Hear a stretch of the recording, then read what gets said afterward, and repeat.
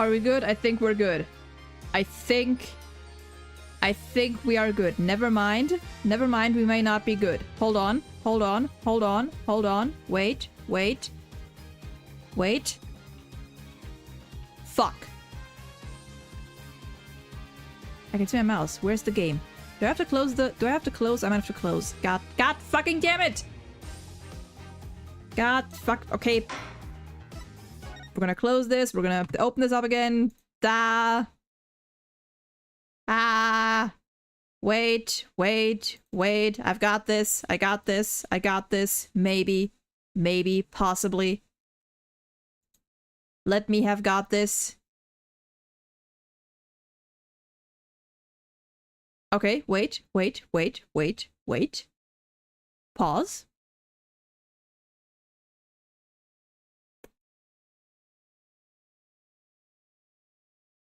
Why are you not showing? You should be... Okay, what if I do this? What if I do... What if I do bam and bam?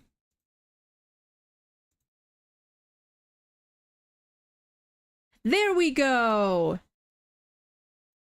There we go! Okay, apparently... Okay, I'm just gonna remove this then. Okay, now we're good. Now we are good, I believe. I hope, please.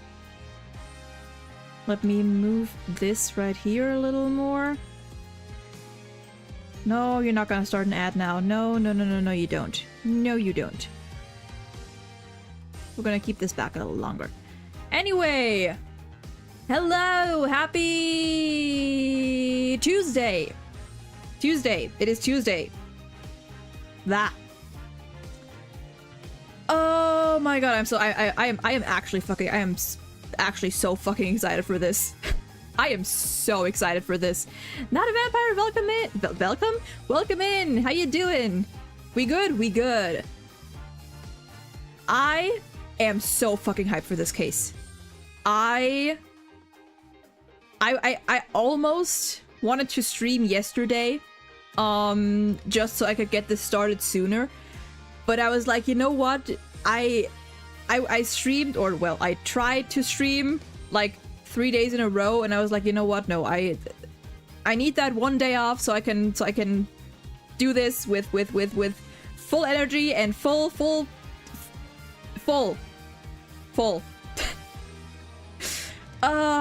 Dear God, I'm so excited. I'm so excited. Even though I know how this is gonna end, I am so hyped. Oh dear.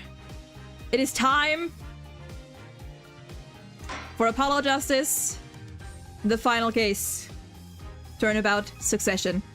I have a feeling I am going to have so much fun with this case. This case is gonna be a thing.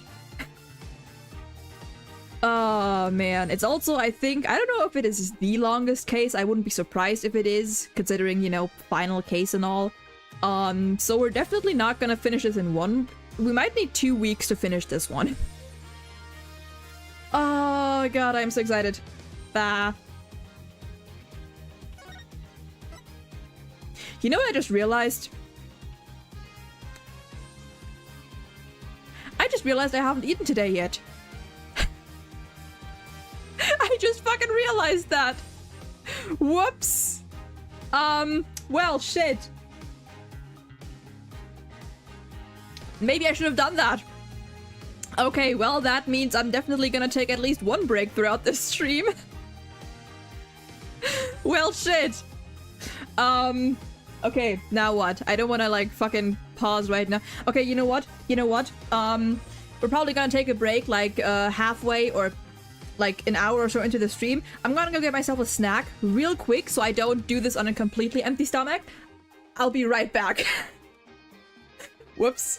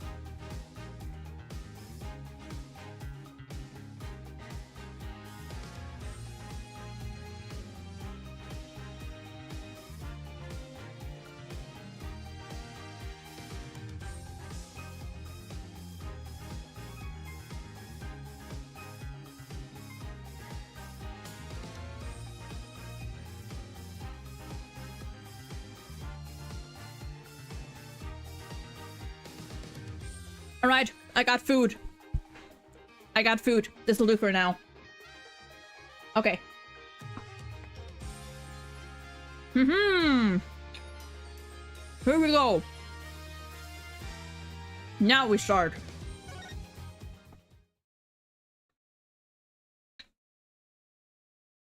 Episode 4, Turnabout Succession. And that is the whole truth of this case. Oh. Mason system.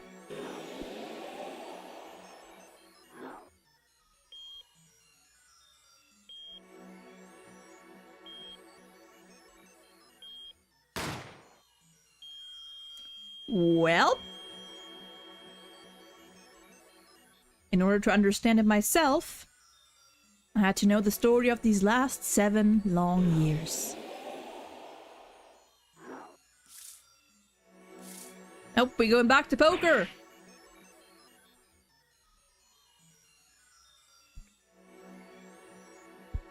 Nothing happens by chance, all is connected.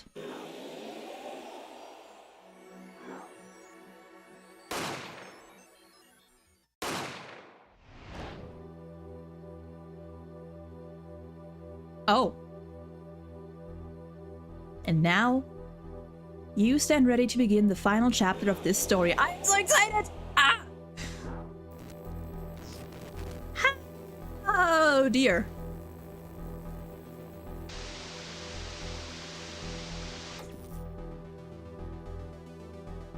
Will the defendant be found guilty or innocent? The decision is yours.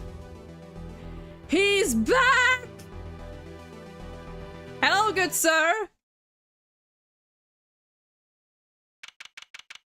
October 7th, 10:37 a.m. Right, anything agency. I'm trying to think. The first case started April 20th, I think. So it's been about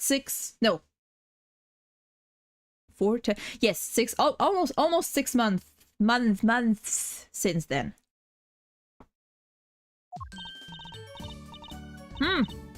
Oh! Side profile Trucy.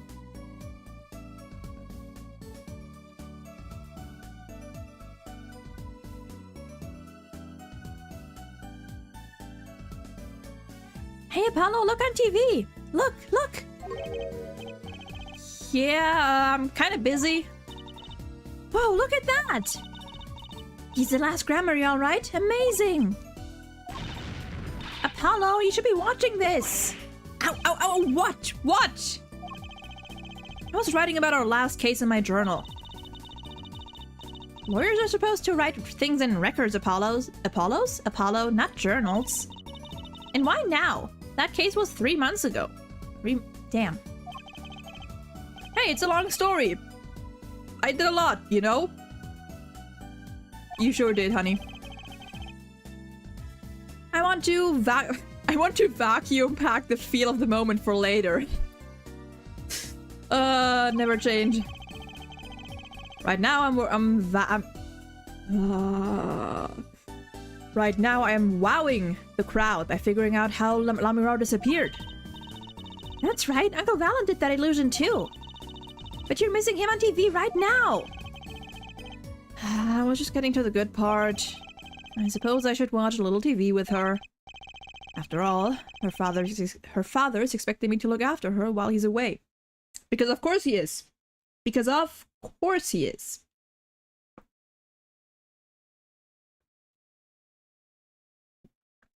Shouldn't I, like, get paid for this too? I'm basically babysitting. Well, teen sitting, I guess.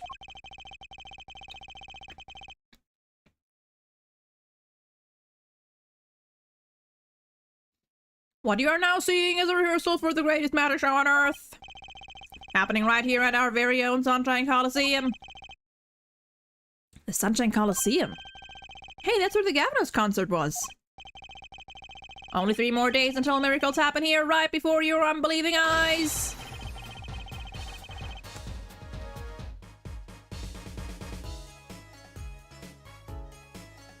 One second.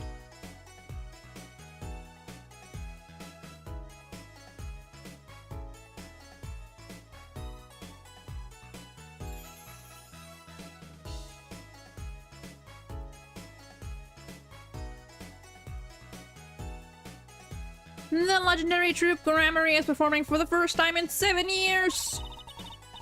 It's going to be great. I am so there. You and Daddy are coming too. The legendary Grammarys. If Trussy's real father were still alive, he'd be on that stage performing miracles. I've got the tickets and everything. Here's yours, Apollo. How did you did you have the money to buy those?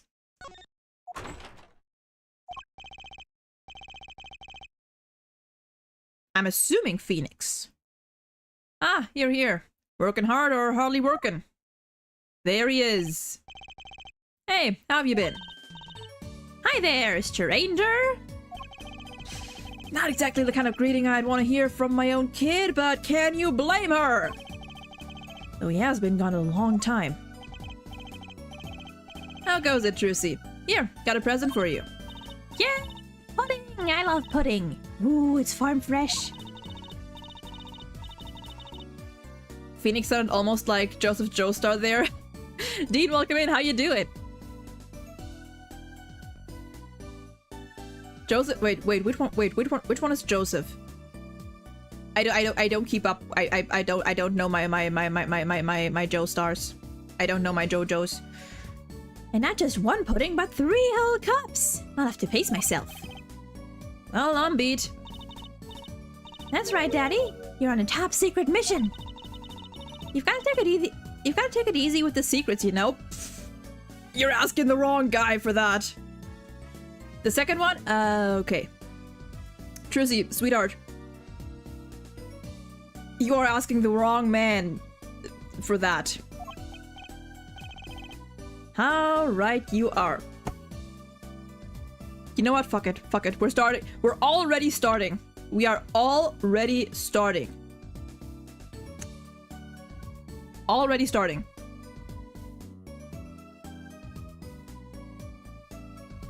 No, fuck. Wait, no, I didn't want to screen record. Fuck, no, I didn't want to do that. I wanted to take a screenshot.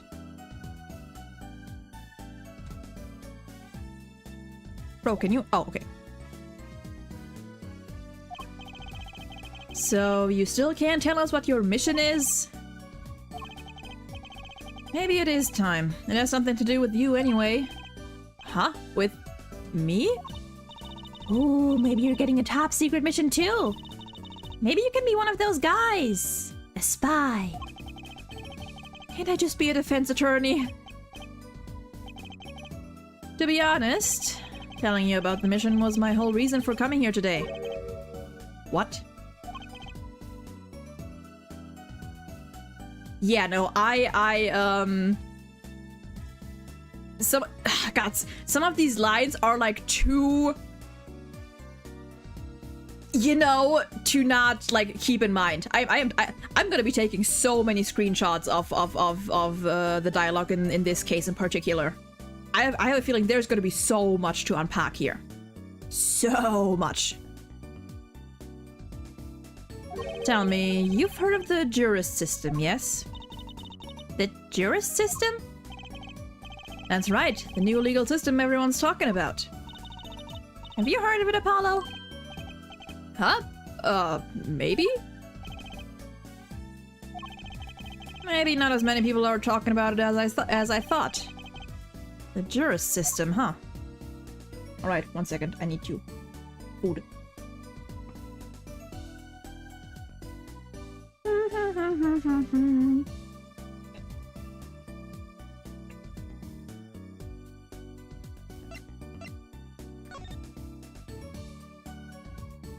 Badge. Fuck. Every time. Every time. Badge.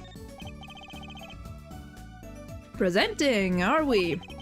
I did my fair share of that back in the day. Showed my attorney's badge a lot too.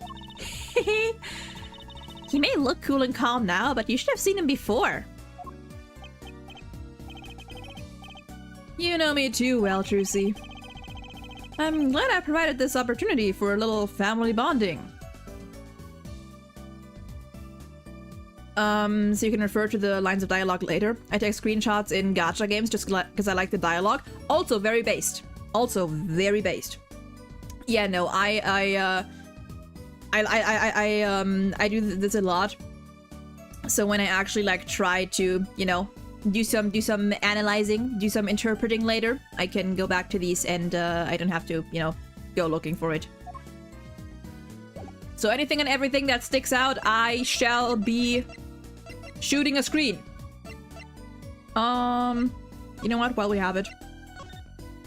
Fuck. Never mind, it's the same. Alright, let's talk. Actually, wait, what if we examine... Let's at least examine Mr. Charlie. The plant. It intrigues you, doesn't it? Not really. It's just the only thing in here that doesn't have some secret function. As far as you know. No, no secrets, but lots of memories. And a name too. Wanna hear it? Not really. His name is Charlie, if you were curious. Really, I wasn't. Come on, Apollo, be nice to Charlie. Also, wait, if we get Phoenix dialogue with all of these, I need to inspect everything. Ah, those legal books were left by my mentor. Too bad I gave up the practice before reading them. There's quite a few magic books in there too, you know. Those would be Trucy's. She'll remember they're there eventually, I'm sure. For a moment, I thought Mr. Wright might do magic too. A scary thought.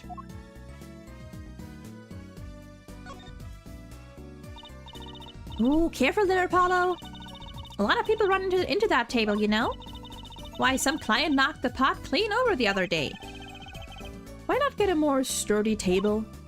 Maybe the table is partially to blame.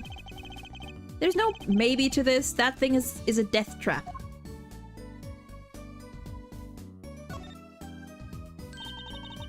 Wanna have a go at that ring, Apollo? No, I was just touching it. Come on, there's no need to be shy. Just slip it on. There. Ouch! You're way too tense. You gotta loosen up there. The human body wasn't meant to bend like that. What the fuck did you do, Trucy? I usually just inspect everything too, but especially love inspecting everything in AI Somnium files. Bro, the dialogue in that game is so fucking funny. The dialogue in that game is so good. I know I've gone through the first game, haven't played it myself, but I watched a playthrough of it. But I still want to get into is it a sequel? I think it's a sequel, right? The other AI game. It's like what, Nirvana something? I think it's a sequel. I'm not fully sure. Haven't touched on that yet. Maybe I'll save that for an actual, like, for stream one day.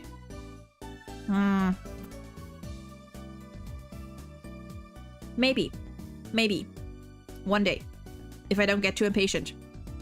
We'll see. Nirvana Initiative, that was it, yeah. A plate of plastic spaghetti for displaying in a shop. Where the heck does she get this stuff? Let's see. Boxes. I can't believe you're using this cutting a person apart box as shelf space. Yippee! Yippee! Thank you, Bean, for the yippee. Hello, Bean. How you? How? Words died there. Hi. Hope you're doing well today, Bean. You know, I used that trick on stage the other night. Imagine my surprise when I pulled one of my shirts out of the box. You should really examine your props before the show. That hat, is that a spare? It looks exactly like the one you always wear. That's the first rule of a professional. Be prepared. You know, I put it on the other day, and this strange white substance fell all over me. It was like magic. That... Context, Trucy, context. Whoever picked the waves for floor 12-1, I'm coming for... Oh, did Abyss reset? Did Abyss reset? Or is it still... Oh no, is 12-1 still the fucking pyrolectors? Those fuckers? Or like fingerprint powder? Let's see. We got 2 more, I think, and then we're done. No one's practicing the piano, as usual. Even calling him a pianist is an insult to pianists everywhere. Okay, Apollo, I'm gonna guess what you're thinking right now. What? Was I making a funny face or something? No, but you think aloud. Arr, I'm so hungry. I'm right? Of course I am. There's no of course about it, you guessed wrong. Besides, that's not what I'm thinking. It's what you're thinking. How'd you know that? You read my mind, Apollo. Or dandruff. That would be a lot of dandruff. At least you've got that pudding. That's right. Try not to eat my share, will you? They aren't the issue, it's the 3 Dorito bots, the 1 Ruin Guard. Okay, yeah, no, those also suck because they're all like, because it's like 4 whole waves of single enemies. Yeah, no, those suck too.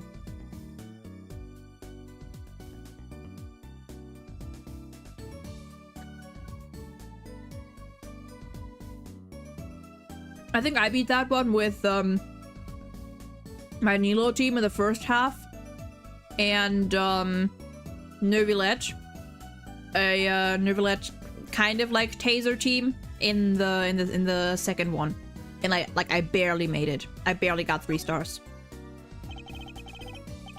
That magician in the photo, is that my real daddy? Yep, Zach Grammary. He disappeared when I was little. I hung that up there so I wouldn't forget what he looked like. That is... I see.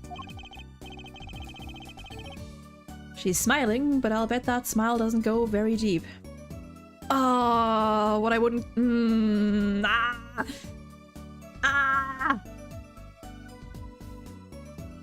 Bro. I need, like, a... I don't know. I need more Trucy focused content. I need more Trucy focused content so badly. I love this girl so much, and oh my god, to see what is going on in that girl's head sometimes. It's fucking dumb, and it feels like if you don't have Nuvi, you might as well just stop. Yeah, it is, not great. Okay, I think that's all. I'll take another bite.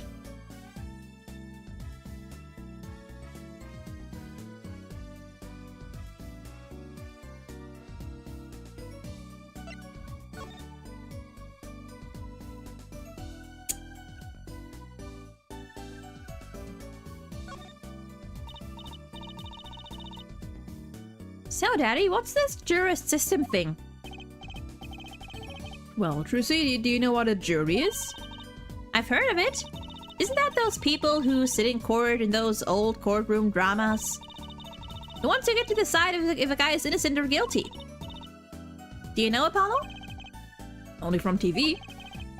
It's 12 people chosen from the community, right? Well, they're thinking about reviving that system. They're calling the new system the jurist system. Hobo right, my beloved. No more doing whatever you like, Your Honor.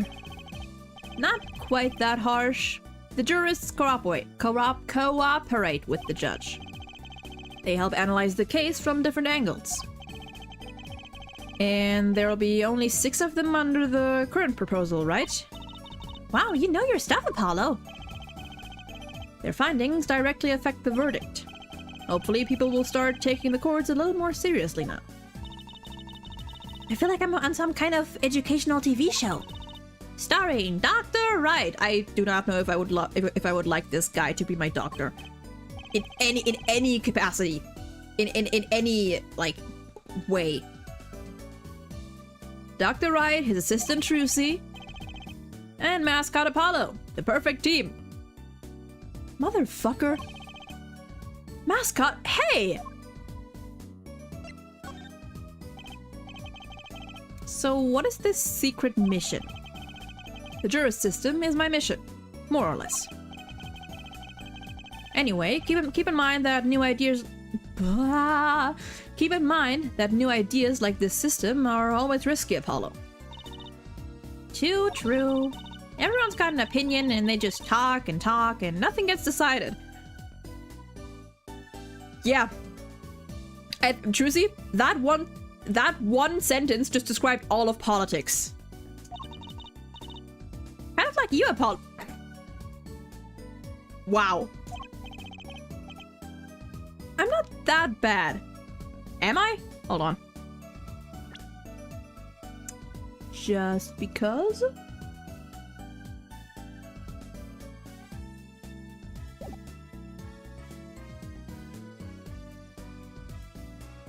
Alright, hold on. Hold on. Mm-hmm.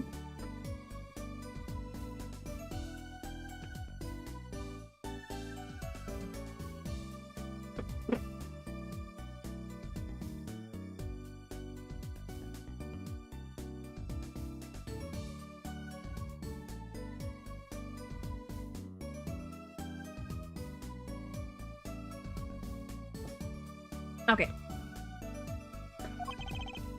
In any case, we're going to give it a shot. A test, if you will. I don't like tests. We'll take a case as a sample and choose 6 jurists. I'll be the one helping with that process, incidentally. Helping how? Well, for one, I'll be chair of the Jurist System Simulated Court Committee. That is a name. The chair instructs the ideal situation.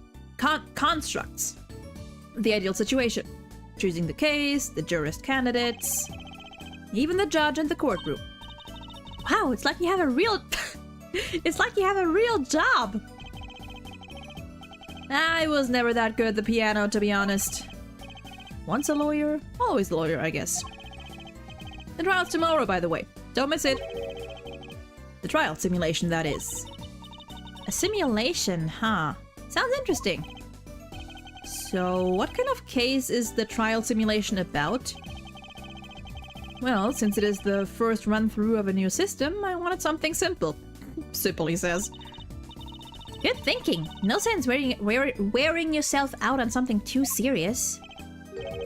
True. The case is a murder. Because of course it is. That's not simple at all!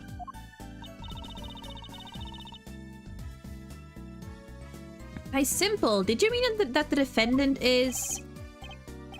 guilty? Yes. Most likely. So, good luck, Apollo. You motherfucker. Is it legal to have 60 trials?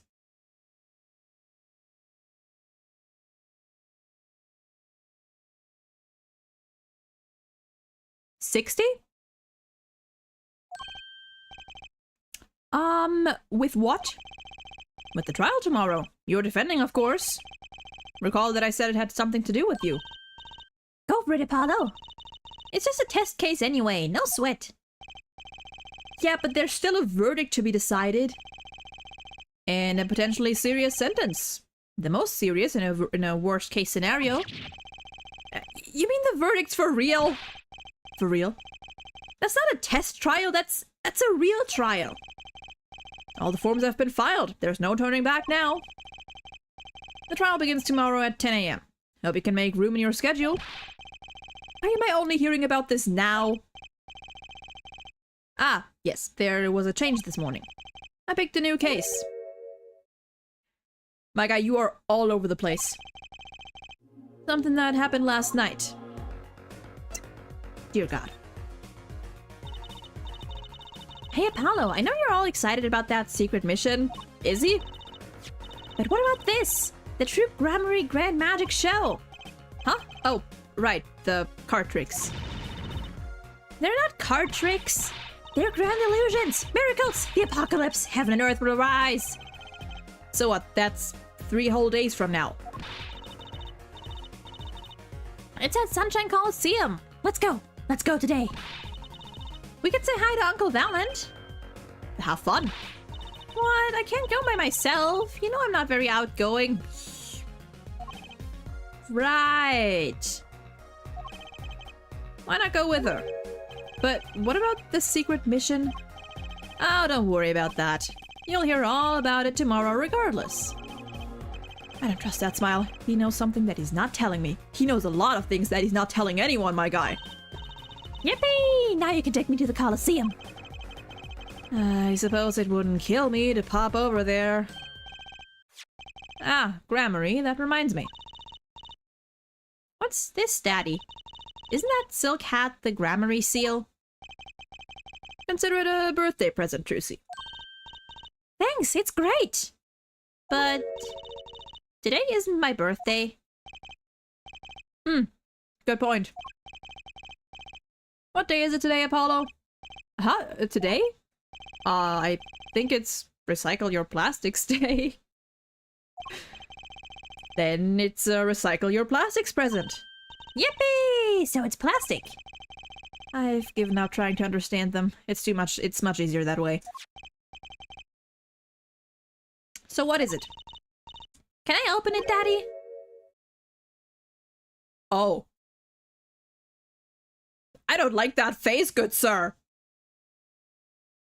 Wow. I'm gonna move on because I don't like the way you're looking at me. Huh? You'll need that envelope someday. Someday soon. Don't open it until then. Wow. Well, why didn't you just hold on to it until then? Because that would be the logical thing to do. Wow. An envelope about the Grammarys, huh? Yeah, no, I don't like serious Beanix. I don't like Beanix with a serious expression. All right, so what case are you going to use? You really want to know, don't you?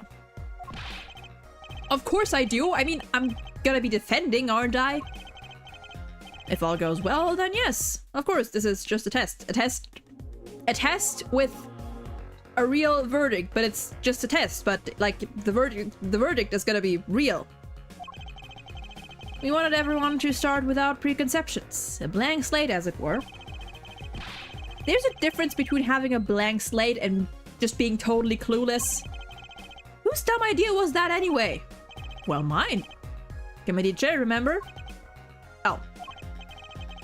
Well, if you want to know that badly, I suppose I could give you permission to examine the scene of the crime.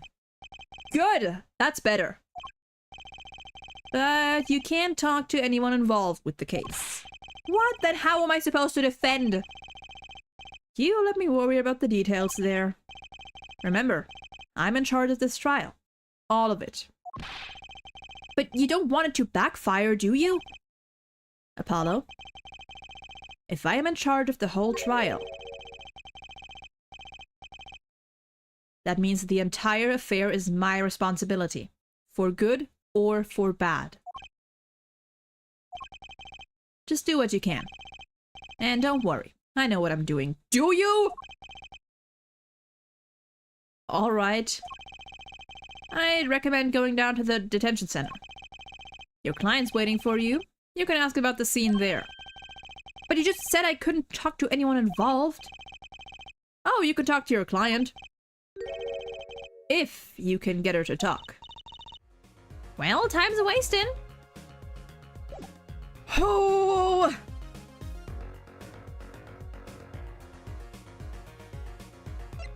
Okay. Time to go.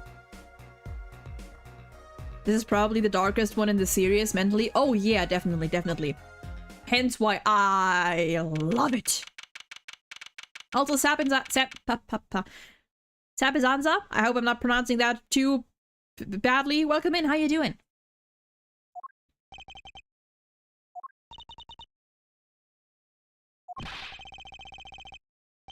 That's 20 minutes we've been waiting here. 20 minutes!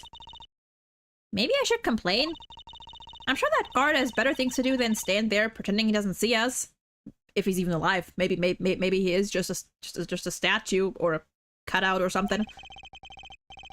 You know, the minute we get angry, the client will show. That's usually how it goes. It always works that way. Yeah, that's usually how it goes. Like shouting. Oh, like shouting. Oh, waiter! And they're standing right behind you? Oh, guard! Is our client going to be much longer? What are you talking about? Haven't you already started the meeting yet? What? Huh? Oh, oh. What? Where'd you come from? Well, anyway, please have a seat. Just gonna make some popcorn and watch you. Want some? I would say yes, but I don't eat popcorn, so you can have it all to yourself.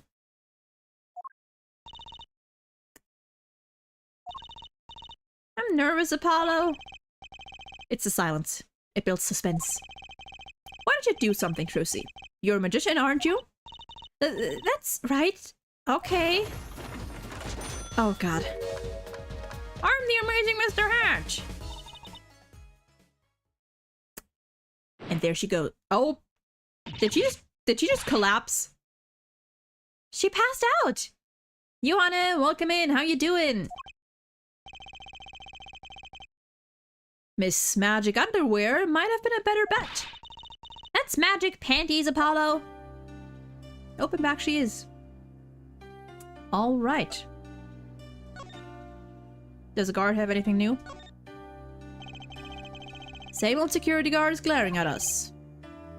He winked. Maybe he's not just such a bad guy after all. At least we know he's alive. What did I just come into? Insanity. Insanity. Well, what is going to be pure and utter insanity. We just started the last case of Apollo Justice, and oh boy, this is gonna be something.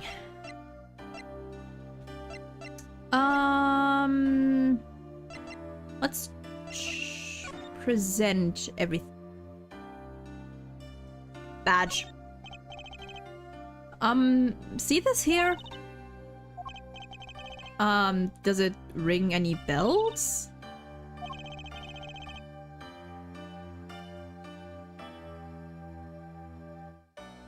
I saw that. Hey, I wouldn't have made it. I would not. I do not make those jokes. Does anything I say ring anything? Okay, I'm gonna assume it's this. Whoop. Oh, actually, wait. Let me. We can't examine. $70. Trucy, where'd you get that money? Trucy, I ain't paying for that shit. The one person something to this ticket. Are you ready, Apollo? Ready for what? For what? For the True Grammary Grand Magic Show.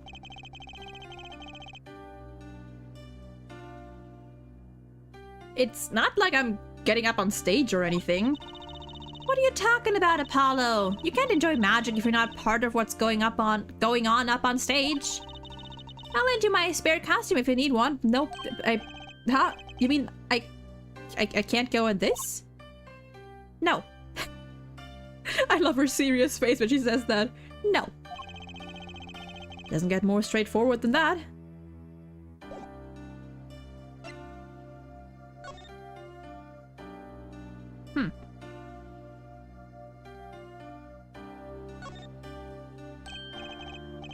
Looky here, a handwritten signature. You're all good, Johanna. You're good. You're good. It's all fine. Don't worry. It says I can't read it. That seems odd to me. I mean, isn't a signature intended to show ownership? What's the use if no one can read it? Isn't it enough if you can read your own? Oh, I never thought of it that way. Alright, do you talk? Honey? Sweetheart? Hi. Well, I'm your defense. I really think it has to be fate, you know? Dude, what are you fucking trying to pick her up?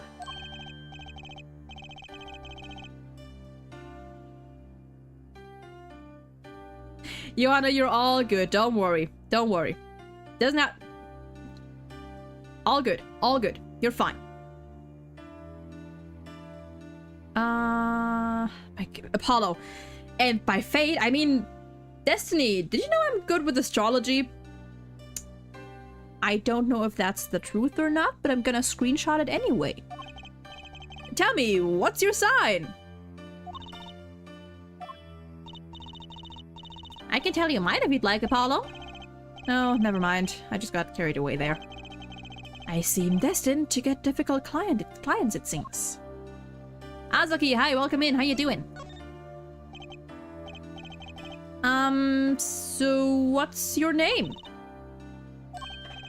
Oh, right, I'm supposed to introduce myself first. I'm Apollo. Apollo Justice.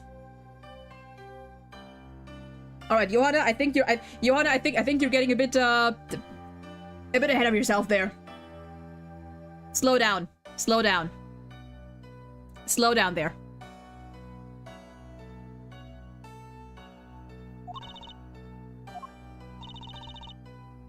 And I'm Trucy Wright. I know. This is getting nowhere fast. What about the case? You could have just...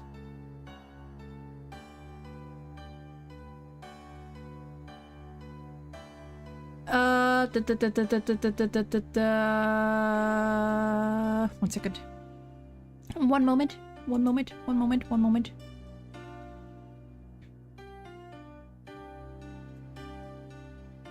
Okay, we're good. We're good. Just had to check something real quick.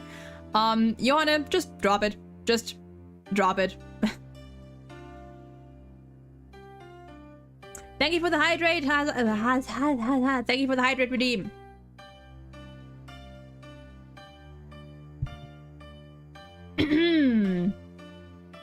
Hey, I know. Maybe you can tell us what happened. Whoops. I'm your defense attorney after all. She is not speaking. Anything out of the ordinary happened lately? Well, the other day this tourist from out of town stopped to ask me directions. Later, Trucy. I feel like I need to ask directions myself here. Well, that was fruitless. Though I think I understand despair a little better now. Someone say despair. You did good, Apollo. Oh? Look, she's doing her nails. What? Are nails more important than defense? Is that it? Let's go, Trucy. She's alright, Apollo. Apollo's not having a... Does she speak? Excuse me. She speaks! Could you read this? Sure. Anti-art by nails. I feel like a teenager on the first date. And this is the love letter we passed from desk to desk at school. That is weirdly specific, Apollo. Stop looking so wistful and read it, Apollo. It's a business card with a name and an address. The name is Vera Misham? Vera Misham. Wonder what kind of pun that would be.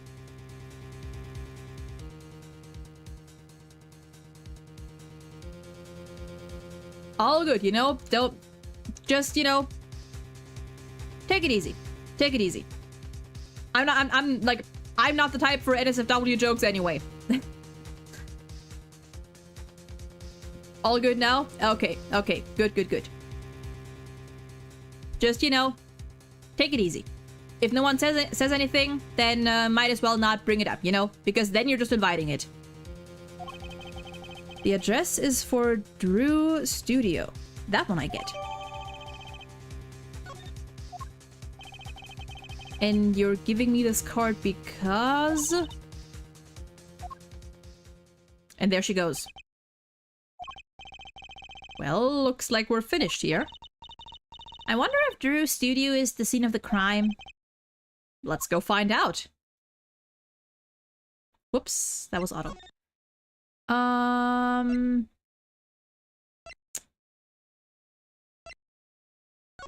Let's go. This case is almost like that time I caught a piece of moussaka? Moussak? I don't get it. I don't get it. I'm dumb. Also, this is certainly a studio. Wow, this looks like... It looks like a studio. It's like life imitating art. Or maybe it's the other way around? But the tape on the ground there, it's a bit jarring. Yeah, looks like we found our crime scene. Yeah, no, I like this. And this is the... Okay, I just remember... I was like, this music sounds familiar. This is the music we heard in the very first case. Ooh. Ooh. This is good.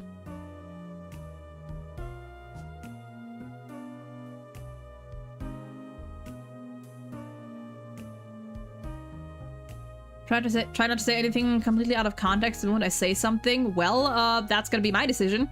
I would ask you to just, you know, not immediately jump to conclusions. That would probably make things easier, not just for me, but for you as well. Hey, don't touch those. It's okay, I'm just looking. But yeah, as I was saying earlier, this is the music that played in the very first case, in that like little cutscene at the start. And there's also it's something that I didn't even notice the first time. After, or maybe not after we finished this case, or but at some point throughout this case, I definitely want to go back to that first cutscene and take us a little bit of a closer look at that one, because there's something at the start of that very first cutscene, right when you start the game, that I only noticed very recently that I think is very interesting.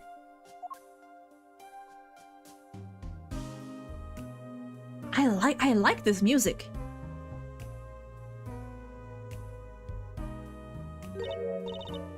Huh? Apollo, look at this one. Looks half finished. You can still see the rough sketch underneath. But that's odd. The rough part doesn't look like the rest of the painting at all. Yeah, good point. That is odd. Interesting. Drew Mission's paintings added to the court record. All the paintings have a really different style, too. I thought I might find you two here. Emma! Ba ba ba da ba ba da ba da. Fun fact, the woman's voice in the background of most music pieces is there to bring despair to the whole situation. And you know, oftentimes it works. Oftentimes it works. Getting P5 vibes? A little bit with the like that OST, I get it.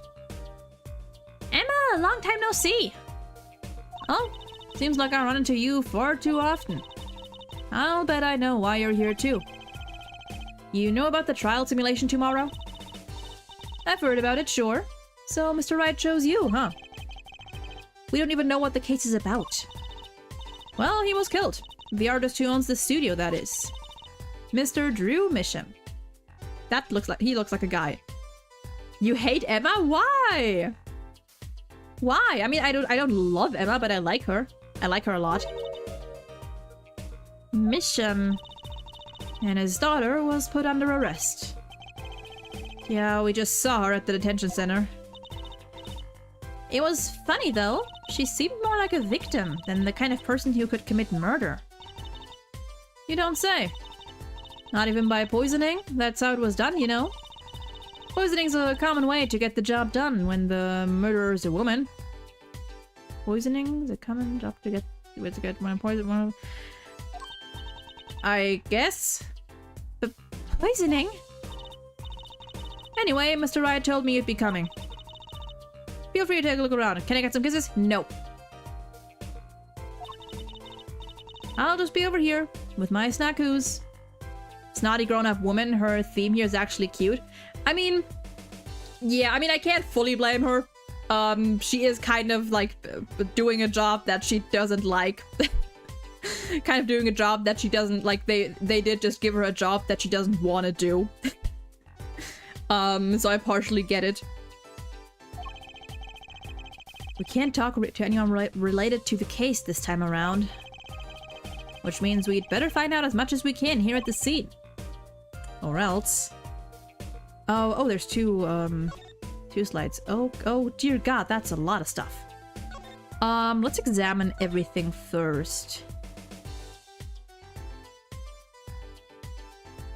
Not even that? Okay.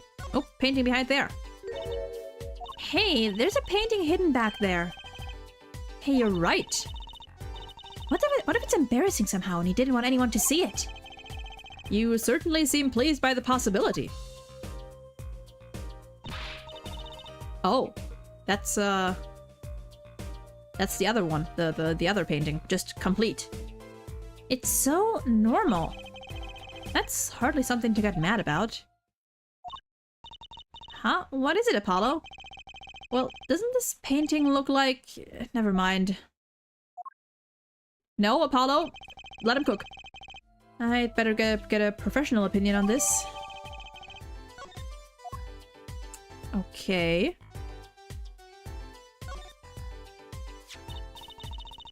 Ah, that's the victim's coffee mug. Aha! So the poison was in here. This is my first time seeing a real poisoned mug of coffee. I would hope so. Poisoned coffee. Not exactly actually. What do you mean? No traces of poison were found in the coffee. What? You'll have to figure out the rest yourself. I'm officially not on your side after all. Side of the cup reads mission.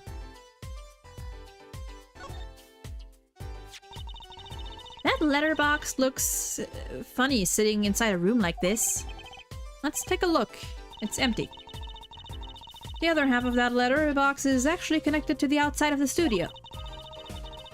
Mr. Misham would put his letters in here, and the postman took them out. Impressive that someone still writes letters in this day and age. Or wrote, rather. Paintings? I wouldn't mind taking a closer look at those paintings. I just love oils. You know how they're so thick? Is that the word? God, I'm getting flashbacks to fucking the painting in Grossberg's office. These paintings are all dry. I'm just surprised at how different these all are. Yeah, and what's going on with this half-finished one? Must have been a work in progress. You can still see the rough sketch below. That's what's so weird. The sketch part doesn't really fit the finished parts. I noticed. That is weird. That's all these. Hey, Apollo! That's where the body was!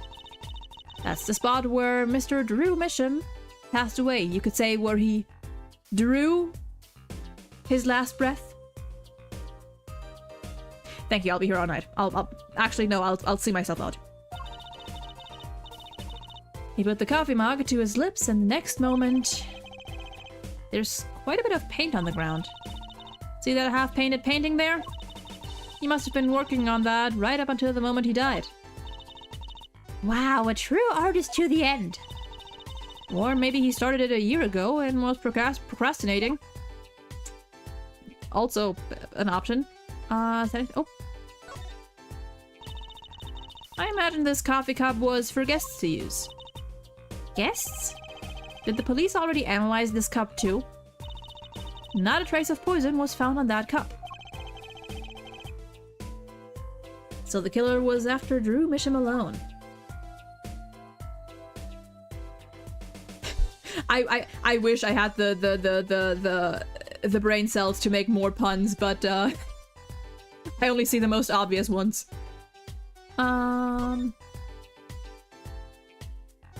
Oh, was that a picture of them? Let's take a closer look at this desk here. Oh.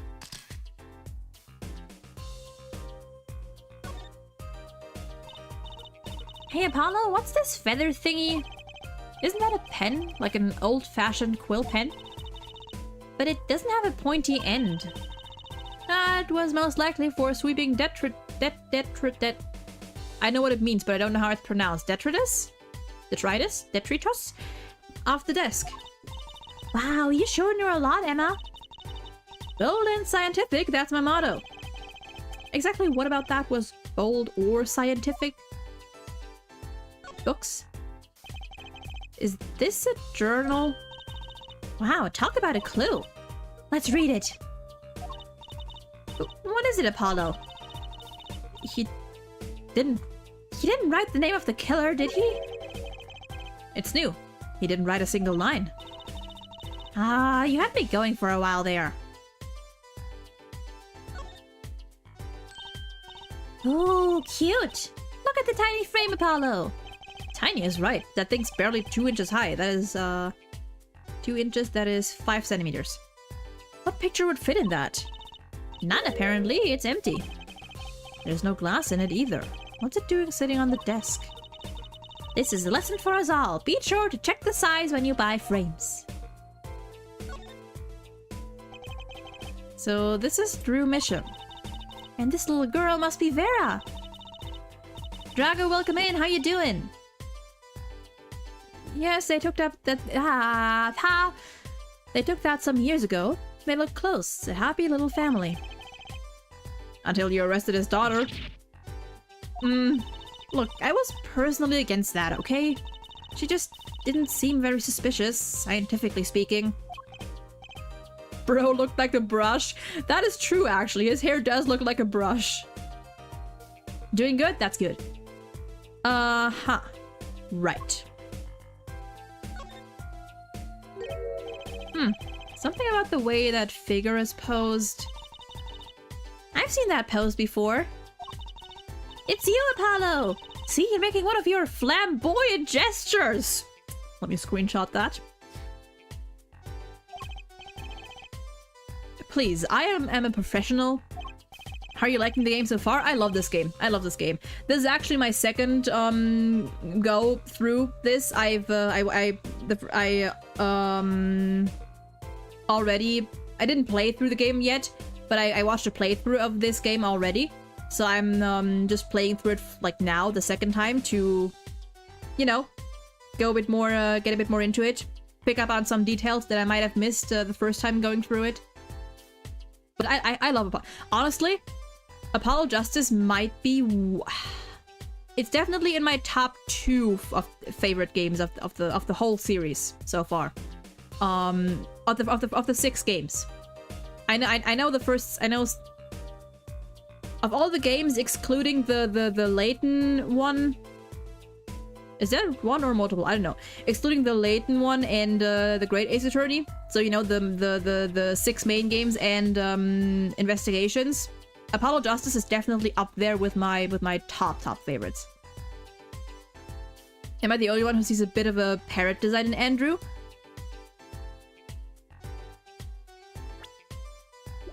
How do I switch? Parrot.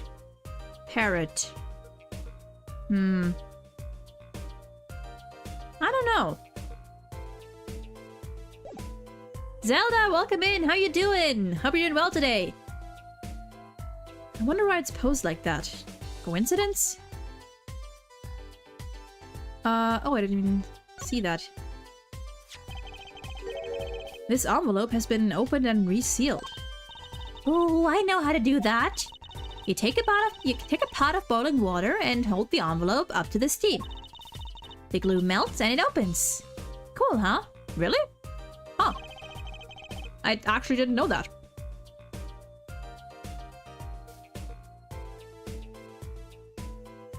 Yeah, this game is not... I've seen people on both ends, but I think the general consent this game has some like very splitting, some very diverse opinions I've seen people who say that they really like don't like it for, you know, one reason or another. Others say they love it. Personally, I love it.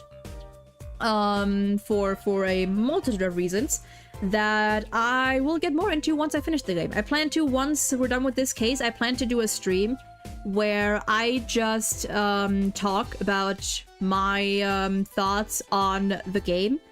And I don't know, maybe I'll turn it into like a just chatting stream about not just this game in particular, but maybe Ace Attorney in general and other stuff. But I definitely do plan to go into a bit more detail about my personal review and opinions of this once we finish this case. Yeah, it's definitely that's why I want to go through this like a second time and like fully pay attention to everything, so I can you know, give my proper judgment of all the cases and the game as a whole. And honestly, I think I'm loving this even more than I did the first time I went through it. So, you know. Fry, welcome in! Just beat Apollo Justice a few days ago. Damn! We are, I'm assuming we're gonna beat this game next week. Because I stream 3 days a week, and we're definitely not gonna finish this case in 3 days. So I think we are going to finish this case next week at some point. Maybe it'll take like five-ish streams, but we'll see. Whoever did this wasn't so delicate. Oh, that was Apollo. You're right. Looks like they just ripped it open and stuck it back together. That's usually how I do it. I didn't know there was like a more careful way of opening them. Least favorite might only be the DLC case in the original AA because it's too damn long. Do you mean Rise from the Ashes? The one that the one from the first game that Emma first appears in? That one was long. Honestly, I do kind of like that case, but it is very long. The postmark on this letter is from 7 years ago. Why would someone open a letter then seal it again? I'd better hang on to this. Okay. Is that... I think that is all... Lamp? No lamp. I think that's all on this table. Look at all these paints, Apollo! There's so many! He's got like 20 kinds of red! Take your time and enjoy the games like reading the novels. Yeah, no, I am definitely taking my time. I'm definitely not... I have no intention of rushing this. I am definitely taking my time to really take everything in. I'm almost sure the 5th case of Spirit of Justice is longer. Yeah, I think you're right. Yeah, no, I definitely think it is longer. God, I cannot fucking wait to get to that case as well! Ah! I'm good. I'm fine. I'm normal. I am normal. We could repaint your suit, Apollo. How about this shade of green? That'll be enough of that. Thanks. What's all this equipment here for? Doesn't look very artistic, really. He had everything from a lathe? Lathe? What is a lathe? Hold on. Now I'm curious. Now I am curious. I'm assuming it's something art. Something art tool. Lathe. Or lathe? Lathe? A machine tool that rotates a workpiece about an axis of rotation to perform various operations such as cutting, sanding, knurling, drilling, deformation, facing, threading, and turning. Okay. So just tool. Thing. Okay, got it. I haven't played it, just recently finished Dual Destinies. Ooh, God, Dual Destinies. Honestly, I feel like I am so excited to get into Ace Attorney, into Dual Destinies and Spirit of Justice 2, because I know those games, like Ace Attorney 4, I know people definitely like the most out of this this trilogy. So I am really curious to experience 5 and 6 again and really get into those. Favorite Favorite case of this game or just in general? Of this game, it's probably so far it's the first case. Turnabout Trump. This one, I don't know yet. I don't fully remember this case, so we'll see. Maybe this will take the top spot. Maybe it won't. But so far, I think my ranking of the cases of this game, of the first 3 cases, would be case 1, then case 3, and then case 2. I like the final case in the second game. Final case. Oh, the fucking On Guard case. Yeah, no, that one is good. That one is definitely good. I think from the Phoenix Wright trilogy, it would be 2, like that case. Then honestly, the final case, it's mostly the final cases. They're all pretty good. I think they're all pretty good. I think like 2-4 is very good. 3-1 and 3-4. Just the third game at 4. The last case of Trials and Tribulations is also really good. Although it is a bit too long for my tastes. And the you know, the DL6 and the whole DL6 thingy. Like 1-3. The Edgeworth case. The music in all the cases is amazing. Looks like he was ready to work on metals and wood too. Though his equipment's a bit old to tell the truth. Why would a painter need all this? From the dust, I'd say he hasn't used this stuff for years. This corner doesn't fit with the rest of the studio. Oh, do you think I could borrow this? I want to cut a quarter in half to make a trick coin. This is a crime scene, Trucy. But these cost like $50 at the magic shop. Well. Okay. Nothing here.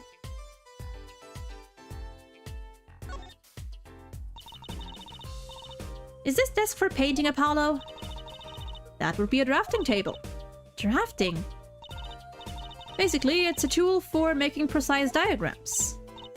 Wow, painting is harder than I thought. Why would a painter need a drafting table? Was he an architect too?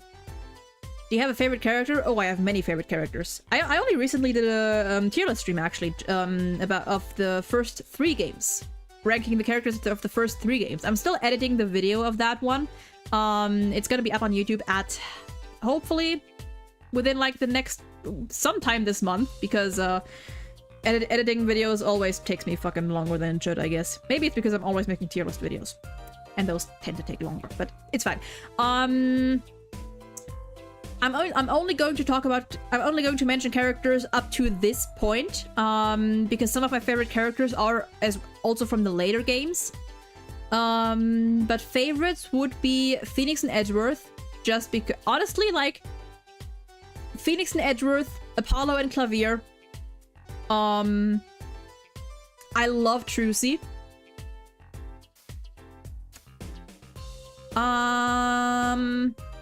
Those would probably be my top 5, which is funny because like it's basically just the main cast. And Larry. Larry. I am a loyal Larry Butts defender. I love him. I love him so much. Like outside of the main cast, Larry is I think is definitely by far my favorite. For villains, or I guess like culprits. I do kind of like On Guard, just because he's kind of like a little shit. Dahlia. I don't like Dahlia, but I respect her character. I definitely like. I respect it. Yes, Larry. Yes, Larry. I listen. I have a thing for boy failures. And Larry Larry invented the term boy failure. That man is such a complete and utter mess. And I fucking hate what the writers did with him. Which is to say basically nothing besides making him the butt of of every joke. Yeah, no, I love Larry. He deserved so much better in my opinion. They treated him pretty well, like in the first, like they set him up decently well in the first game, and then after that they just kind of dropped it. They just kind of dropped the ball, which is really unfortunate because Larry's character has so much potential. I feel like to be like really well written. Dahlia has a definition of every sin a woman can do to a man. I mean, she did like she covered all her bases. Okay, let's see. Is there anything else? I think that's all we have here. I think we examined everything over here already, right? Yes. So let's nope. Let's present stuff first.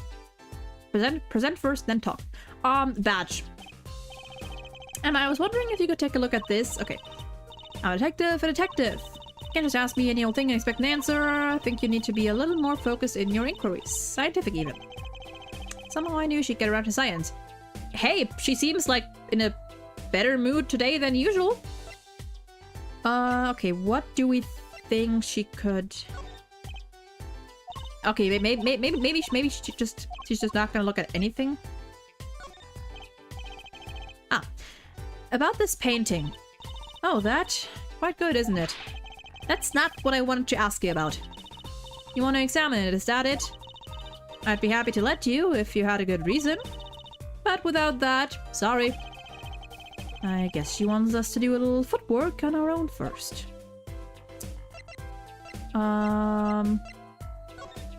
Nope. About this? Nothing? Okay. So, Emma, about this coffee mug. I hope you aren't trying to grill me for information. You know I'm not talking. I suppose you are the detective. I suppose you are the detective here. Why don't you two take a look yourselves? If you find a clue, I might not be unwilling to lend a hand. I think she's going to help us, Apollo. Let's check out this mug, shall we? Alright, let's have a look here. Hey, look there! That stain doesn't look so healthy, Apollo. That must be the Blue Mountain stuff we've been hearing about.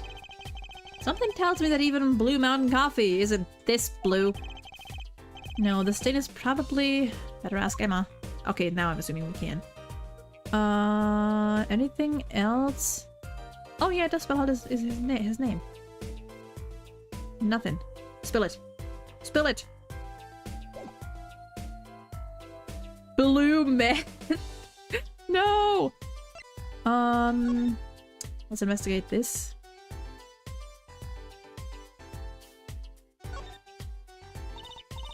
Apollo, look! It's been opened once here! You're right. I wonder if there's some way we can see what's inside. Should I try to get it open and then stick it back shut? Let's not tamper with the evidence, shall we? I've got a better idea. Emma, let's ask her! Okay, so now we can show her both of these, I'd hope. Emma, about this mug. There's a pale blue, residue on the rim. Ah, well, it's just a rumor. But I've heard there's a kind of coffee called Blue Mountain. I'm pretty sure it isn't actually blue, Emma. Ah, right. Okay, you got me. That's left over from my testing spray. Forensic science! I knew your hobby was behind this somehow, Emma.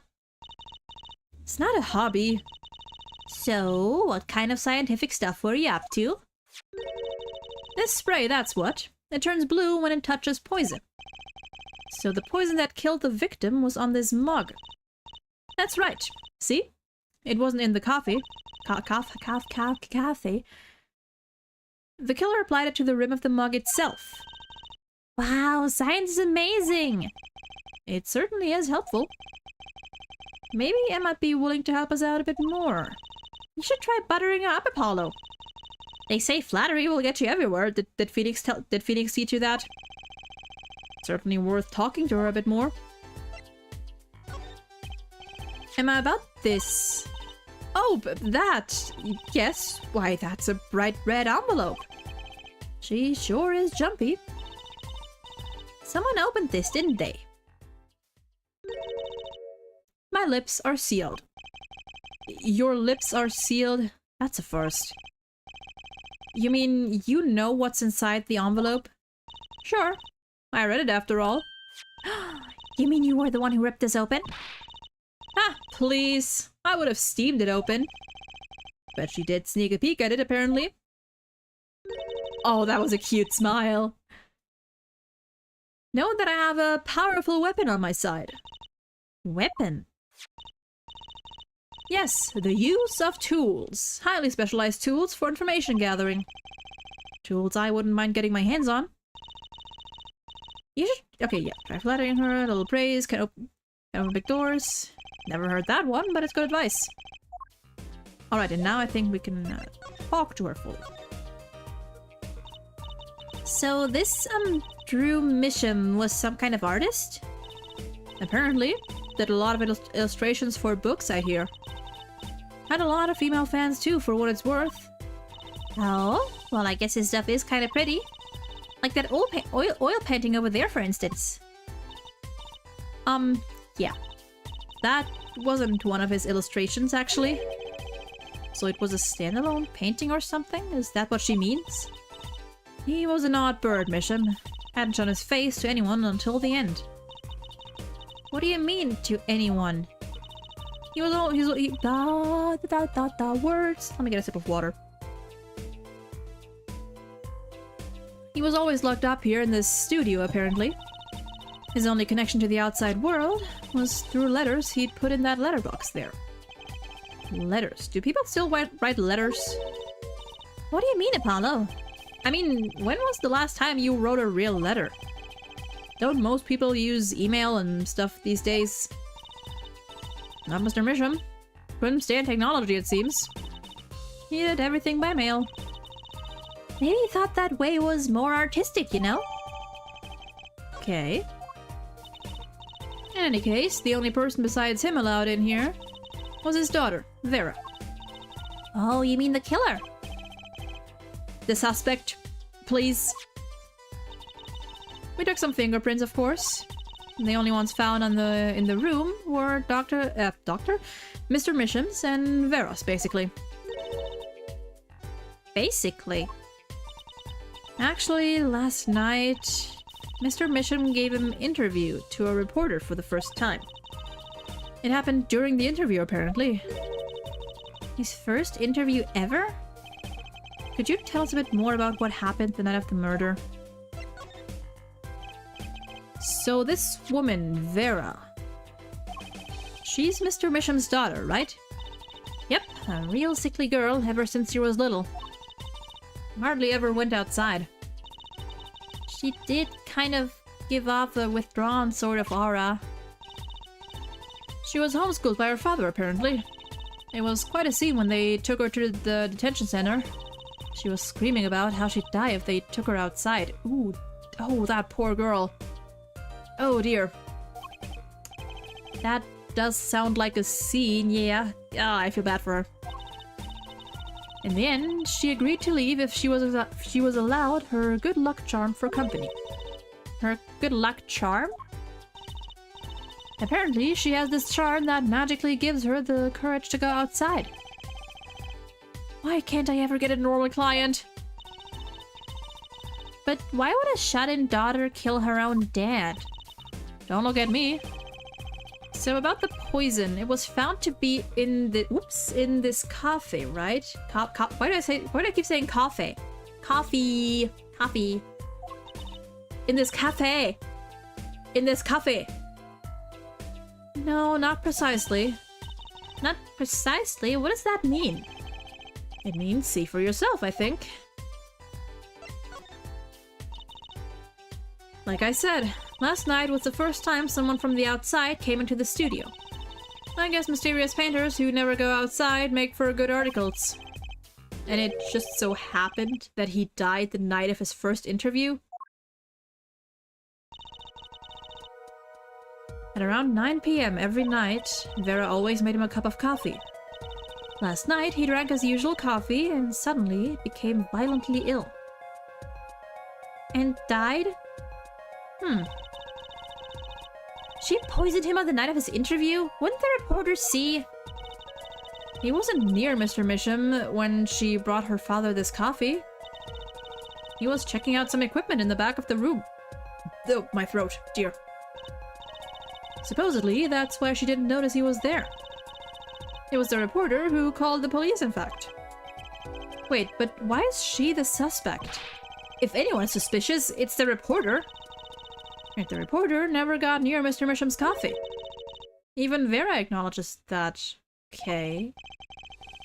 Regardless, I want to know more about this reporter. I bet Emma could help us out here. Don't forget, flattery will get you everywhere with her, Apollo. What are you whispering about? Well, I was thinking. I mean, what is it we always do when we run into you at the crime scene? What is it we always do scientifically? You know me too well. Okay. Okay, meaning we can get scientific now? Oh, I suppose. Just this once. Bring me anything you find suspicious and we'll check it out. Hell yeah. Let's start from the back. Let me present this just in case, but I think... Okay, yeah, no, that's nothing. Whoops, no.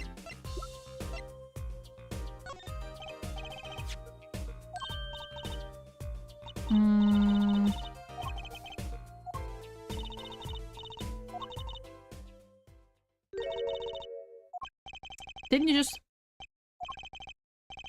is that the envelope? Sure, read it after all. It is open, please.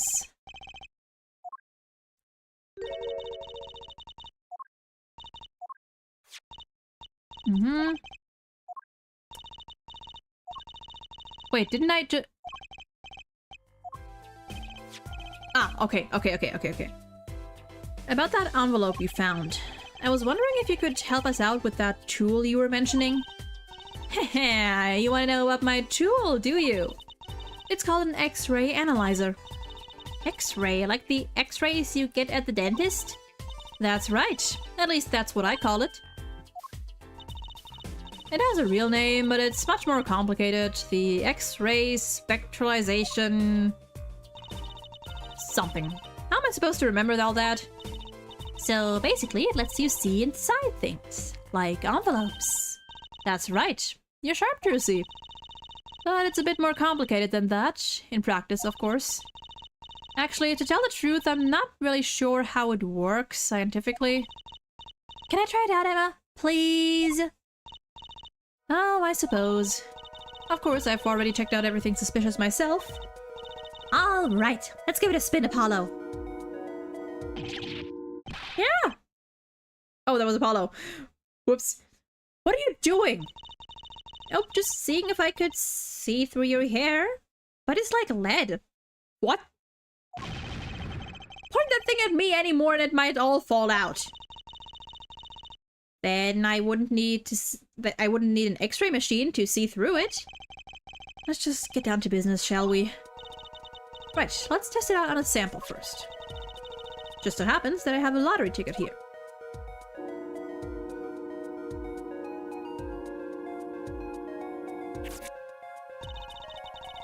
You set the sample in the device like so.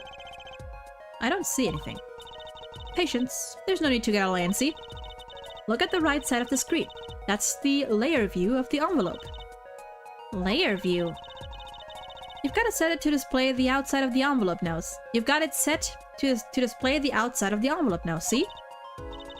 Actually, it's quicker to just have you give it a try. Turn the dial. Okay.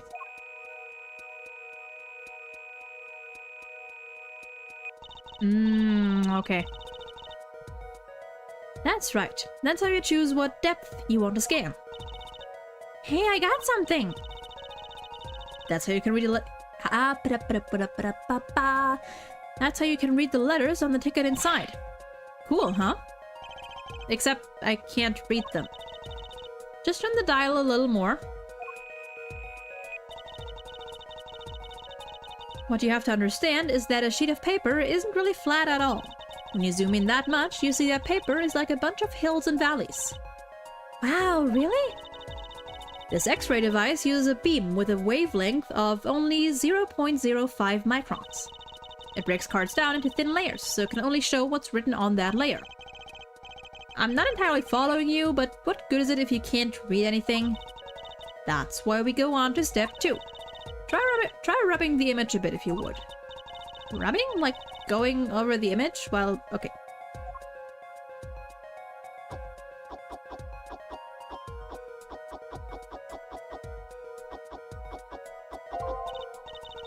There. That fixes the image on the screen. Now turn the dial again just a little. Okay, so it's piece by piece. Now you can rub this image to fix it too. I get it. We just keep doing this until we've got the whole thing. Exactly, not bad. Neat. Let's do some more.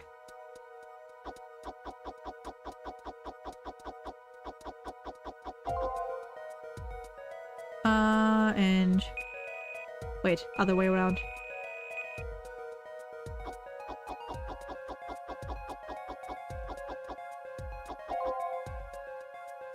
And one more.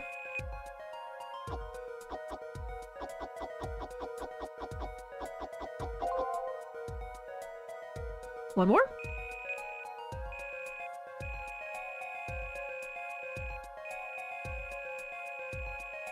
Didn't I get everything? Oh, there we go.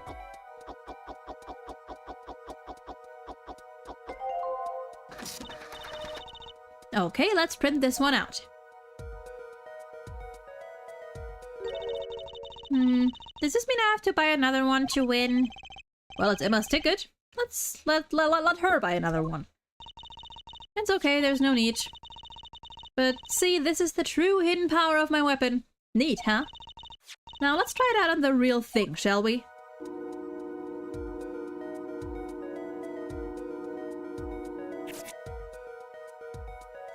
Alright.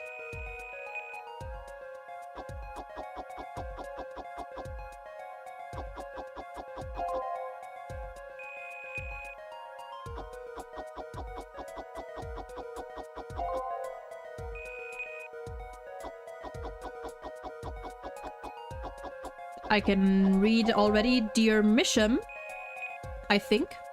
Or, no, or Mr. Drew Misham, okay. Oh.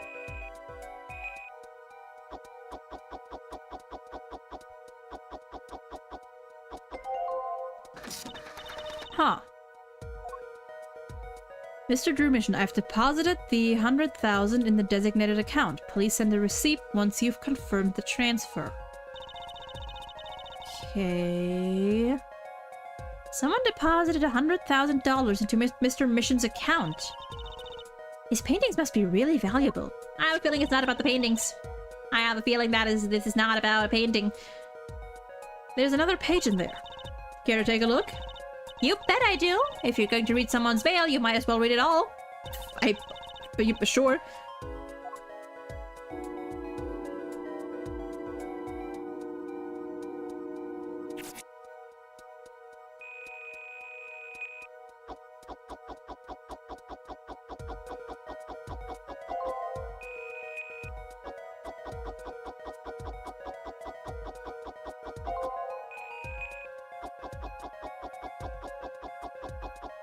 Whip.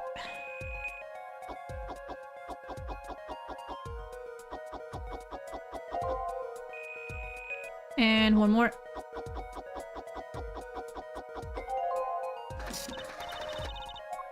Let's whoops, I didn't. Wait, can I see it? Can I read it again? Can I read it again? Fuck. Damn it. Can I? God damn it. So it was a letter about payment for one of his paintings. I'm sure we're gonna get it as evidence. Why all this secrecy though? And what? Why was this letter the only one in here? It's 7 years old, right? Maybe it had some special significance to him? Well, Emma? Well, indeed. She knows something she's not telling us. Looks like she's keeping mum about it. Okay, now we can take a... Okay. I just wanna read the second page again. Sign the papers and send in the enclosed envelope with the enclosed stamp within 3 days. I need not remind you to speak of this to no one. Okay. Interesting. Nope. Now let's talk to her about this. Okay, we got through that.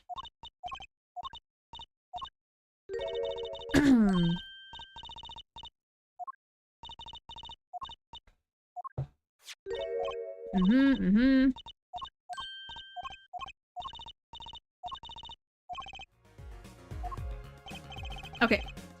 About poison analysis. I was afraid you were going to ask about that. See, this solution is used to test for atroquinine? I don't know how to pronounce that. Atroquinine. The deadly poison found in the autopsy.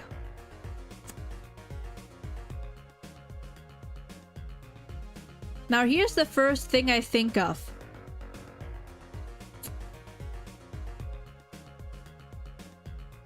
Didn't Clavier mention that one of his songs had either was called or had a or the lyrics of it had the word mentioned that poison? I refuse to believe that's coincidence. Because that is definitely not the only deadly poison there is. Huh. Now, why would Clavier have a song with that specific poison as either in the title or in the lyrics? Oh no, another killer who likes his songs. My guy really out here killing people left and right with the power of his music. Uh-oh, I know that spark in her eyes. She's getting excited. Let's tread lightly. It's one of the most virulent poisons, but it's absorbed into the body astonishingly slowly. Bard, assassin build. It takes at least 50 minutes from the time of ingestion for adverse effects to show. Oh, and guess what? Recent research has shown... That's fine, really, we don't need to know all the gory details. I think I get it. You just spray this stuff on something you want to test, right? Precisely. You can find even the slightest trace of poison with this. I want to try it too, Emma. Pretty please. You don't have to ask twice. I already used it on everything suspicious, of course. Yay! Let's give it a whirl, Apollo! What are you doing? I was just seeing if I got a reaction off of you. How's this for a reaction? Never do that again. I am not poisonous. Tell that to those hapless witnesses on the stand. Let's just get down to checking for real poisons, shall we? Do we just... Okay, apparently we just, Cup. Letterbox. Paintings.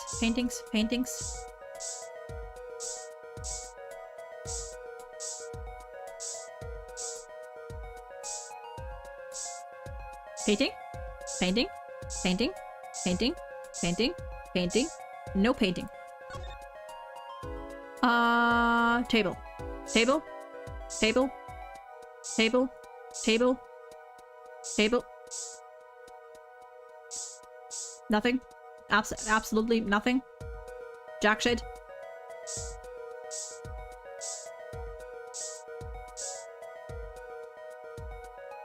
Did I get everything here?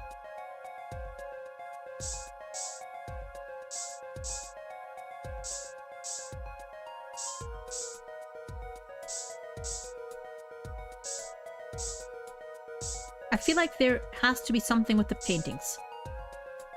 I did check back there, didn't I? Maybe on this cup?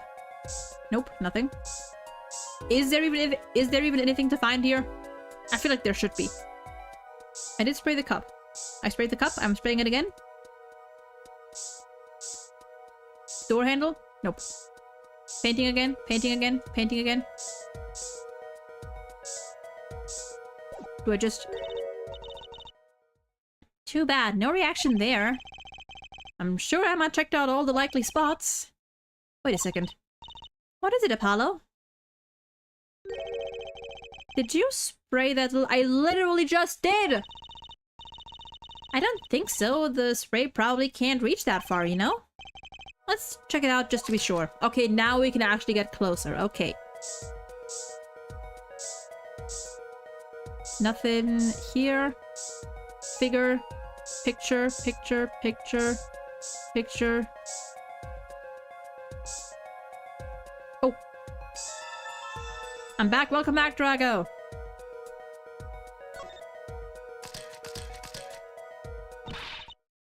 Hit! A reaction, Apollo! Where? Where? The inside of that cute little frame, look! Oh, would you look at that? Nice going, Trucy. I am known to work magic. Never mind that I was the one who found it. Why would the inside of that frame have poison on it? Looks like we found the only other place that was poisoned in any case. So, Emma, I was wondering, what's the story about this reporter that came here? What's the story about this reporter that came here for a story the night of the murder? The night of the crime? I'm afraid I can't tell you because he's going to be a witness tomorrow, I hear. I thought so. I'll never forget that face, but what was his name? Oh, right. Brushel. Brushel. He is after a scoop to sell to the papers. So a reporter comes for an interview with a painter. His first interview ever, and that night he's killed. Seems strange to you? Really strange. It does raise a few questions. I'd like to speak with this reporter if I could. Well, I hear he's on the beat today, too. He said something about covering a magician. Magician? Well, if it's not Trucy, that leaves only one other person. It wasn't Valent Grammary by any chance, was it? Yeah, something like that. He's got some big show lined up, I hear. So, he's out interviewing Valent Grammary. I hate Brushel. I seem to remember not liking him too much. Looks like I'll be heading out to that Coliseum again sooner than I thought. Here, I'll give you that reporter's card if you want. Okay, I think that is all we have. I think that is pretty much all we've... wait. Wait, let's... Apollo, look at this painting. You can see the rough sketch. Looks like it was only half completed. Sketch and different painting look totally different to you. They do. Can we ask Emma about it now? What if I examine this too? I cannot. Okay, never mind. About this painting, quite good. Very good reason, about that. Okay, so not yet. Not yet. Let's go see if we can talk to Vera. Never mind, apparently Vera's gone. You're here to see Vera Mission? That's right. She's in the medical office at the moment. Medical office? Is she okay? She's just lying down, said she didn't feel so good. I'm sorry, but I can't allow any meetings at the moment. Most annoying client ever. Yes, we should come back. Apollo is I think Apollo's about to, I think Apollo's starting to lose it. Well, starting. I think Apollo's losing it. Every time I see someone playing this game, they have a different pronunciation of Grammary. I'm just basing it off like that time that I don't remember if it was like Apollo or someone like tried to sound out the name and it was spelled like grandma and re. So I'm assuming that's how it's pronounced. She can't be worse than, yeah. I mean, at least Vera is just very like sickly and shy, or well, you know, reserved. Walkie was just a little shit.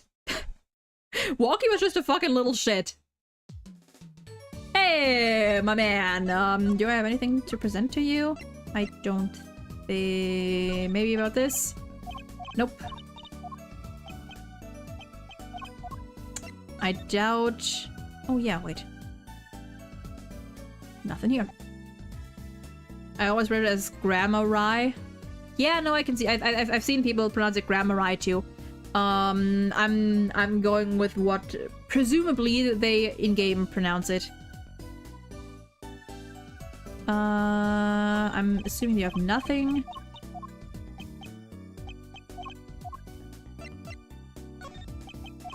Okay, yeah, no.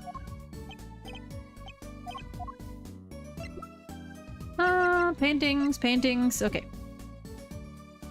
Actually, wait, maybe I'll present this. Nope, nothing, whole lot of nothing. Okay, goodbye, good sir.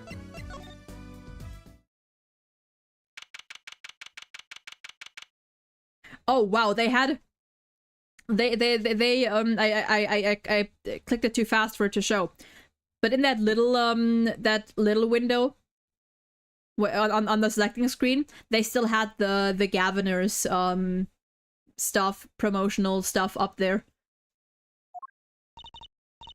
Woohoo! This is it, Apollo! The place where magic and dreams converge! Just a little while ago, it was the place where murder and nightmares converged. Let's go say hi to Uncle Valent. What about the case?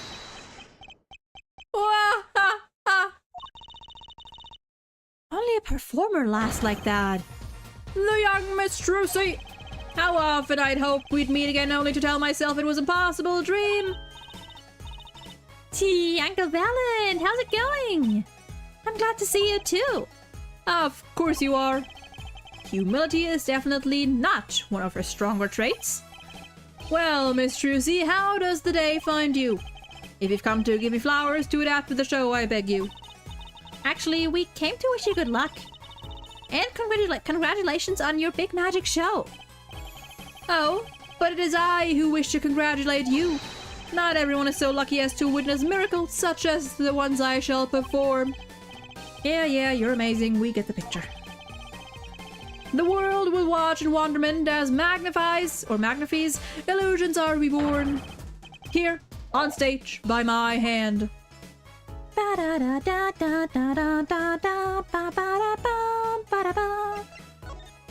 First things first, badge. A challenge, is it? You want me to make that disappear? Very well, give it to me. No thanks. Are all magicians like this? Apollo, what was that look just now? I was just thinking how hard it is to get any information out of a magician. Ticket, sure. Nope.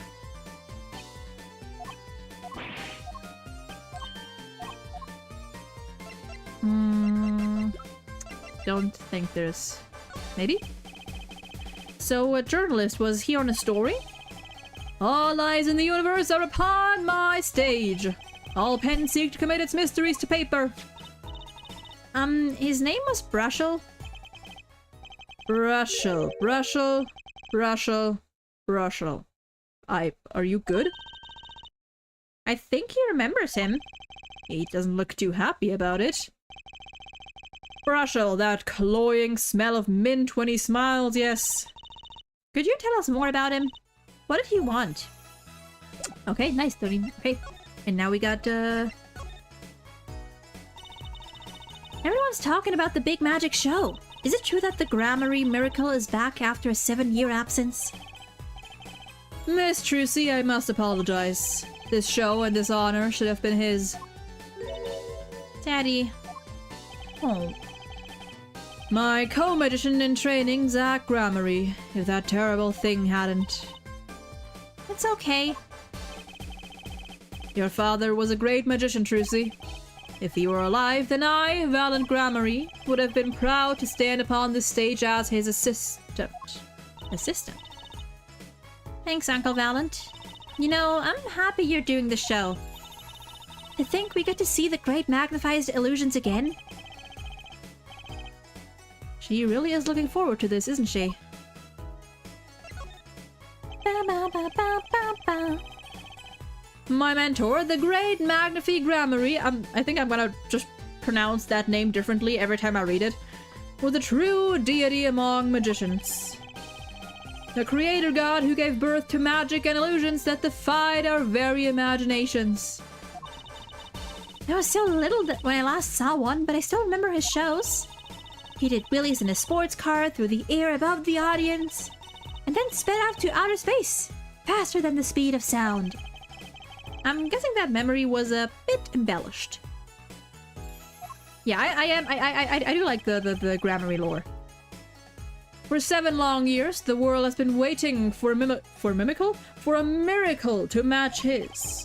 As heir to the Grammary troop's secrets, it falls to me to provide one. It is my God-given destiny.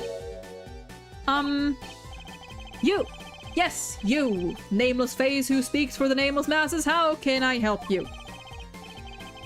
If the world was waiting, why did you hold off for 7 long years? It appears the lad is uninformed. Perhaps you have heard of the magic known as law, which governs our land. I have, though I'm not sure it qualifies as magic. The performance of Magnifi's miracle was impossible. A certain law prevented it for 7 years, but no more. 7 years. That phrase sure likes to pop up, doesn't it? And why was that? A little matter called performance rights, Miss Trucy. Can you tell us about these performance rights? Magnifi's magic relied on an incredibly innovative idea. A trick, if you will. That trick was considered his property, and as such was protected by property laws. Intellectual property, maybe? Magnifi knew this and bequeathed it in his will. To one person. You mean him? Yes, Miss Trucy, it was your father. Zach Grammary was the inheritor of the Grammary miracle. Daddy. Yet, as you well know, he is gone. He disappeared suddenly 7 years ago. I think I see where this story is going. Once a person is classified missing for a certain period of time, they're considered legally deceased, correct? In all absoluteness, those rolled-up sleeves conceal your competence well, young man. Okay. That certain period of time of which you speak is 7 years. Yes, Miss Trucy, though it pains me to say it, this past spring, April to be precise, was the time your father was legally declared deceased. In the absence of a formal will, the secrets of our mighty mentor Magnifi passed to me. This was in fact stipulated in the will by Magnifi himself. Is that how it works, Apollo? Yeah, it's called death in absentia. He's declared missing permanently. Daddy. Oh! Man. A man by that name called on me just now. Just now. Still wondering how Valent disguised himself as Lamirar in 4-3. Hey, listen, I'd be up to for like an art or something of cross-dressing Valent. I think he could own it. You know? I think he could own it. I mean, the mustache might get in the way depending on who, but he could pull it off. Sure. Valent's vision is always toward tomorrow. Valent's feet step always forward. That is all. That's all very confusing. I am to perform a big magic show, yes? I wanted someone to cover it. Yet he had ears only for that incident. That incident? In any case, I requested that the rapacious reporter remove himself. So a painter has died, what of it? How do you know? It is but a footnote in the footlights compared to the magic of gramarye. Uncle Valent, do you know where the reporter went? I recommended he visit that place popular with penalized perpetrators. The detention center? He was a rude individual. Might I see that card? Sure. Wow. Dude! He would tear apart my respectability, I will tear apart him. Ooh, here it comes, Apollo! Uncle Valent's big magic trick! Is he going to fix the card? Not sure that qualifies as big magic.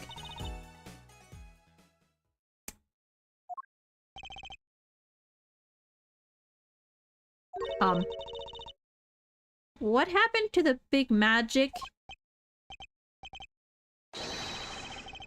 Is it not more miraculous for it to stay ripped? He must have really not liked that journalist. Okay, I guess, is it...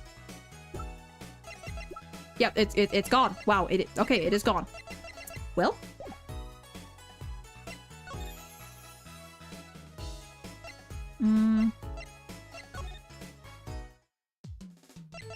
You're still here. Let's go to the detention center.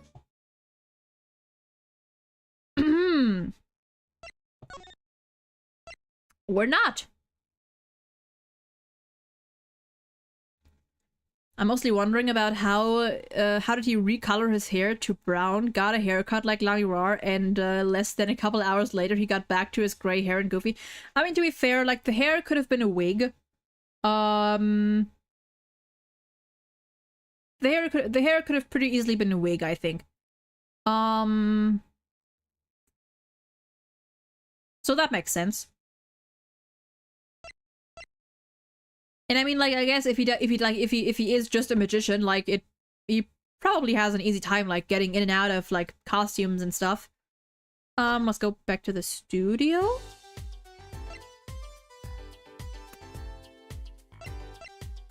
Okay, wait, what do we have? Do we present? We might have to present some more stuff. Hold on. What if we present some more stuff? I don't know if he could hide his hair under a wig. It is pretty long, but I think it's possible. Might be possible.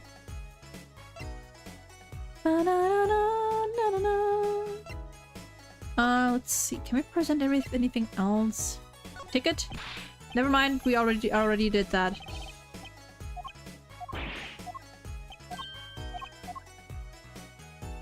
Oh wait. Actually, I didn't, okay, just that. We didn't examine yet. Blue Badger. Hey, that creature there. He was handing out balloons during our last case, too. He's not a creature, Apollo. Poor guy.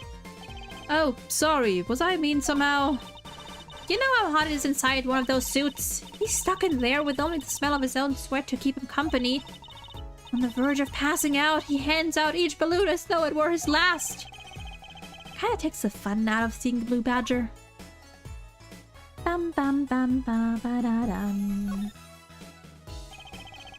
They've changed the sign since our last case.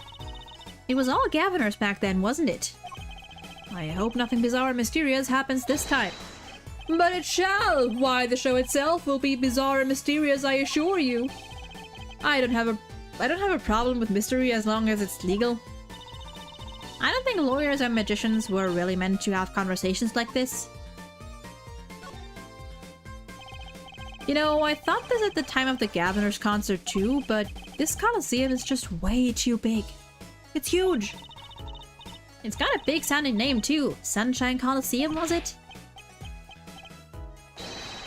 Would you like to hear what the grand finale of the show in 3 days will be? What, really? Yeah. The grand finale will be nothing other than... Don't tell me you're going to make the Colosseum disappear, right? Oh! Oops. Looks like I was right. Apollo, I can't believe you'd use your power of perception on something like this! It was just a wild guess, really. Balloon. Look, Apollo, a balloon! A hot air balloon! With the Grammary seal on it, no less. I know what we gotta show him now. Well, this is a long-awaited revival after all, and it's been 7 years, you know. I've spent plenty of time and a pretty penny on production. I hope it's a huge success, Uncle Valent. Oh, I intend for it to be nothing less, I assure you. They both sure seem excited about it. Guess it's a big deal for magicians. I think that's it. Okay. I know. Bam. I was wondering if you could tell me about this. Why, that bears the Grammary seal! Uncle Valent, is something wrong? According to the music, it is. Oh, he's not looking so hot. Trucy, where did you get this? Huh? Daddy gave it to me.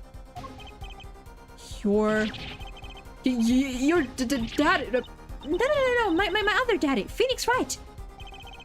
Why now? Why would your Lord Daddy? Lord Daddy? That's kind of stretching the whole archaic thing a bit. The signature upon the back, do you recognize it? That belongs to none other than Zach Grammary. What? Daddy signed this? Did you play or watch any of the spin-offs?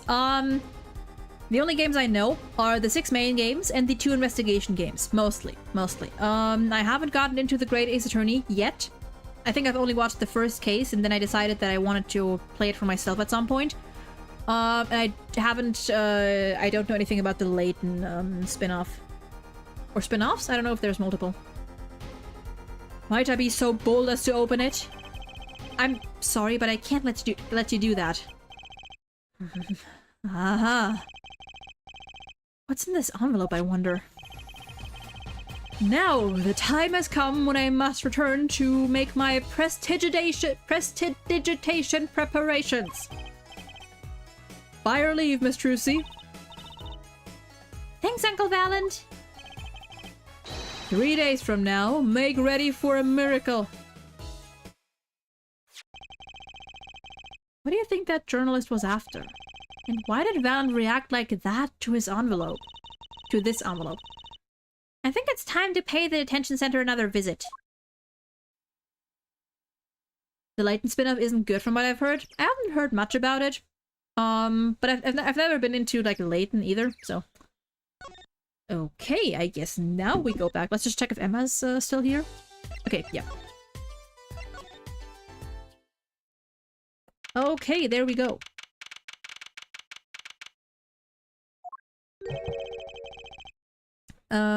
I think I hear what you're saying. We're all doing it for the money, end quote. Oh. What voice do I give this guy? We're all doing it for the money, end quote. No, not at all. Looks like someone's already meeting here. Maybe that reporter? He is a fellow. Hey there, how you doing? Who might you be? I have every Ace Attorney game on the Switch besides the Investigation Collection, which releases in like a month, and the Layton game, which you can't... Oh, you can't buy that anymore. Yeah, true, the Investigations game... Investigations games are gonna be out on Switch like next... I think it's September 6th? or something. But yeah, no, I have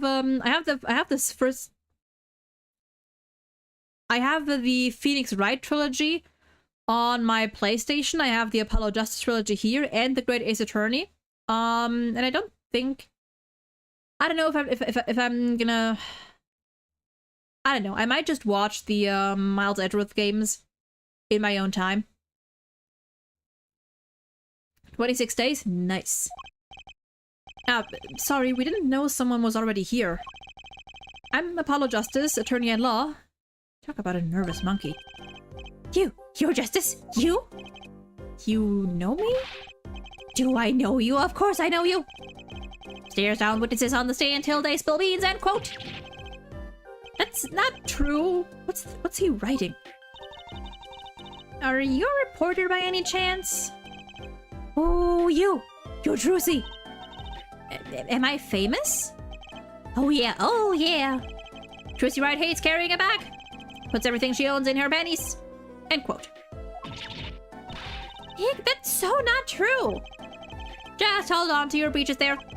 I'll wrap up this interview in a jiffy. Interview? So, guard, I think I know what's going on here. Guarding rooms is my life. What else could I possibly need? End quote. From what I heard, the first game is bad, but the second is one of the best in the series. Yeah, I've heard that too. No, how many times do I have to tell you this? Look, I've got work to do. You deal with them. Did you come here to interview the guard? Oh, what a pickle. Accused wouldn't talk, had to interview someone or go plumb crazy. End quote. Huh. Hi. I should have guessed. Where are my manners? Name's Brushel. Spark Brushel. I'm not picky. Journalist just closes eyes, writes. End quote. What's that nauseatingly strong mint smell every time he grins? Until you've been interviewed by me, you don't know what thrilling is. Wild rum through crossroads of mayhem madness. End quote. I can see that. He's writing something again. Well, if he's a reporter, maybe he knows something. You are... He reminds me of a pigeon. With the way he's just like moving his head like that. He reminds me of like a pigeon.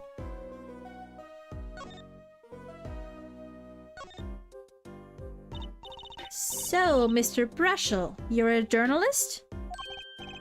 Ah, me. Look, let me state one thing for the record here. Yes? I'm the interviewer. Interviewer, you understand, yeah? I'm the one asking the questions here.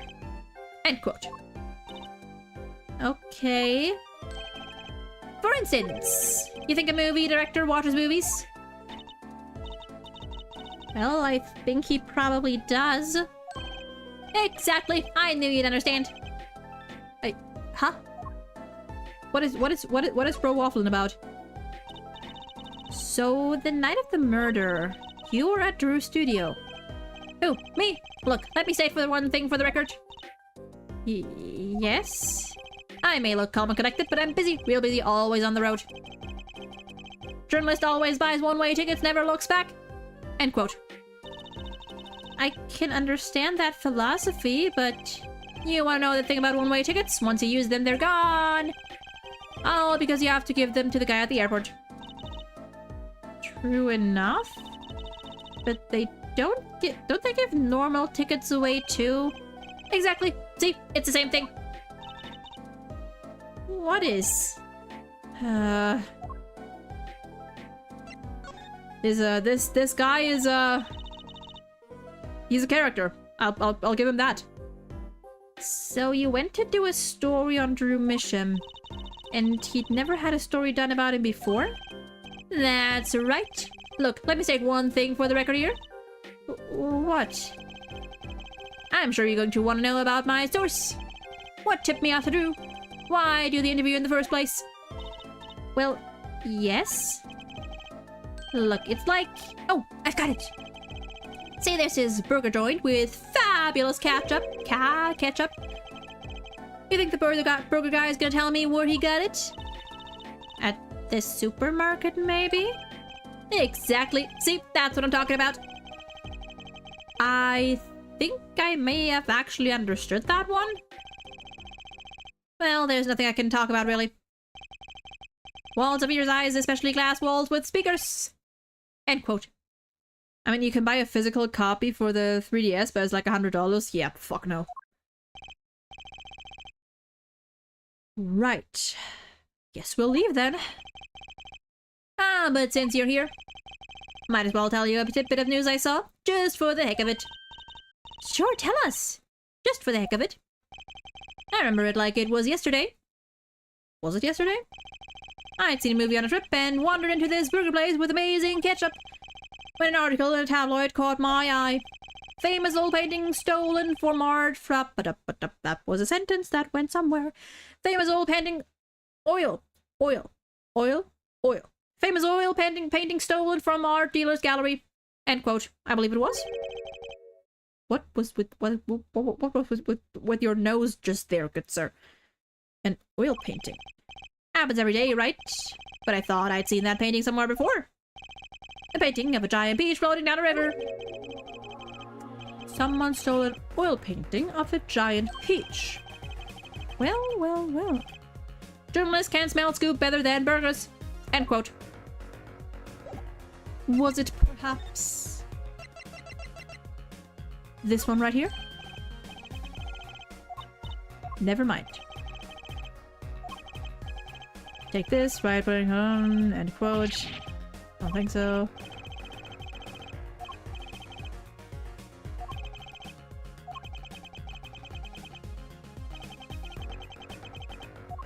Okay, maybe, is it this? Nope. The 3DS eShop closed down, so it's either $100 cheapest on eBay or 5 hours of looking in game stores. Yeah, no thank you. Okay,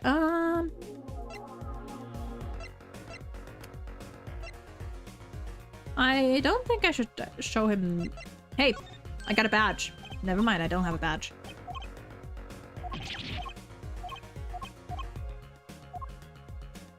Okay. Do I just move?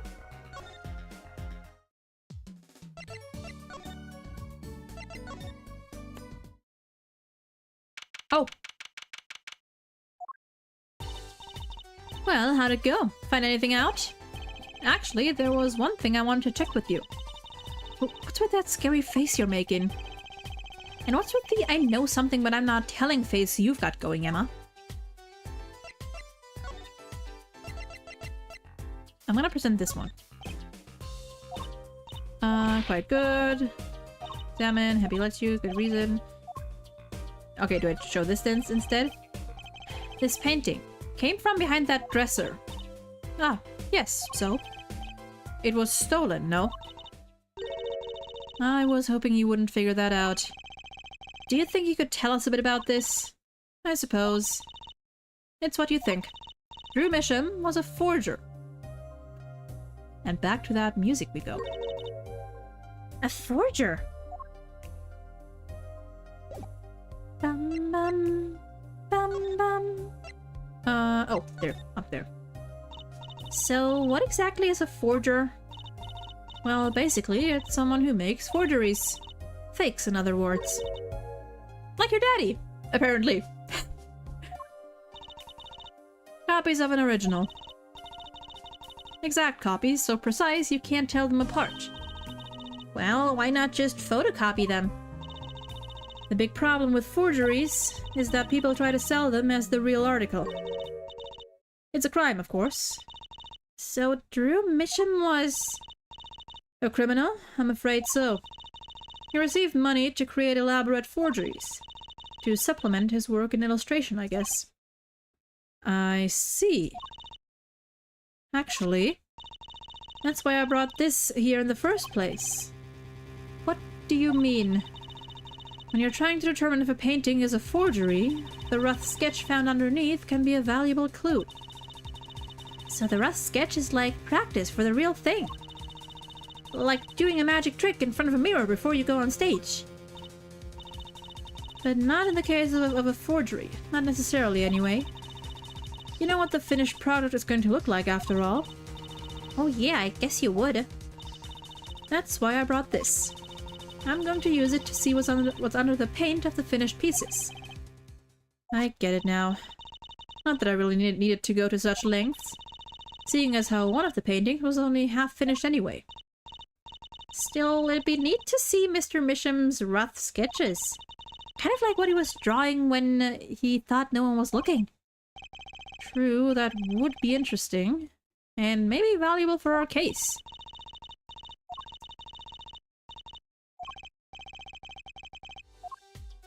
Alright. And now, finally... Bam. No, wait. Present. I kind of wanted to see the rough sketch under this painting, and I was wondering if your tool there might do the trick. Oh, fine, fine. Just this time, though. Let's check it out. Oh, wait. Oh. You know what? Fuck it. We're just gonna go through everything.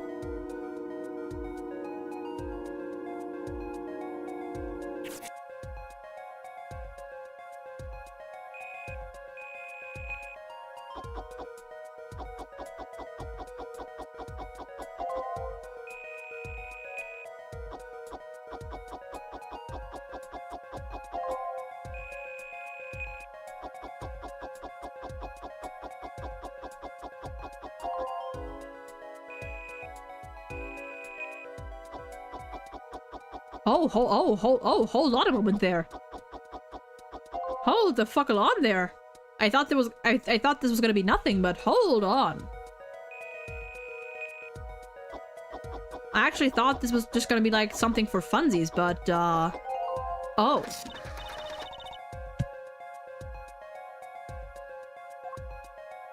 Well.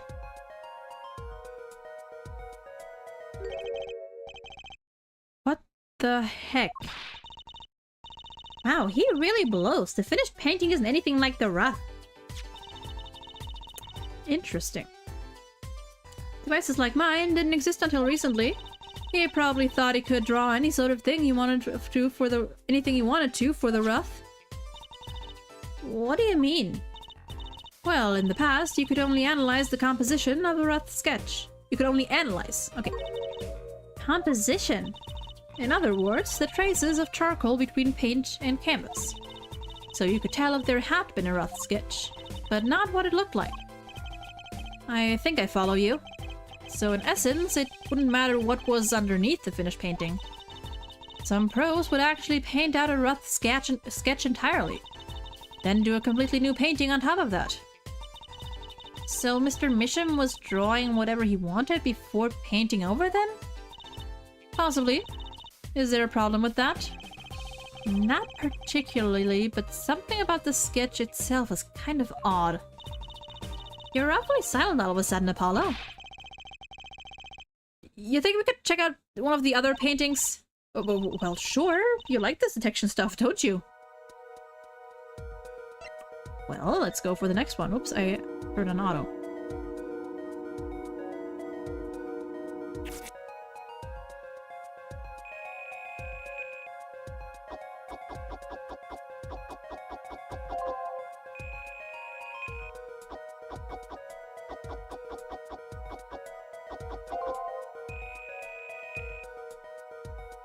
Ah.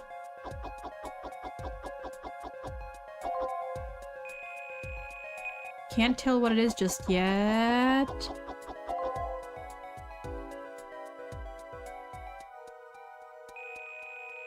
Is that something like pulling like a Oh, wait a minute. Oh.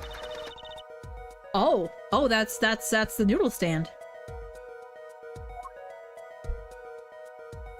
And a skeleton pulling it? A skeleton pulling a noodle stand.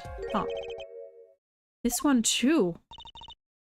What's wrong, Apollo? You look so serious all of a sudden. You think I could just look at the last of these? Fine by me. Knock yourself out. Is the next one gonna be, like... Ooh, wait a minute. That upper part? That upper corner does look like it could be, like, part of a stage or something. So it could be, like... the third case.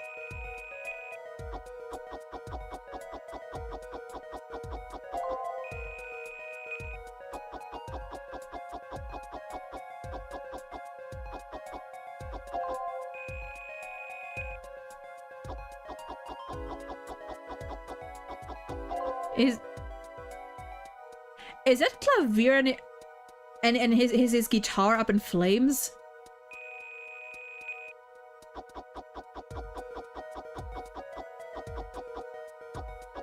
Oh my god, it is. I think.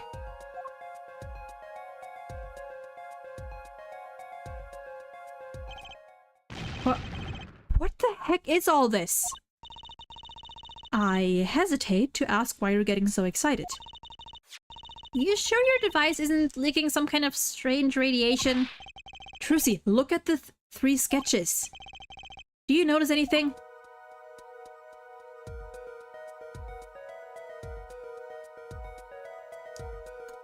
Yep. Case 1, case 2, and case 3. There! Now you're both white as sheets. What's going on?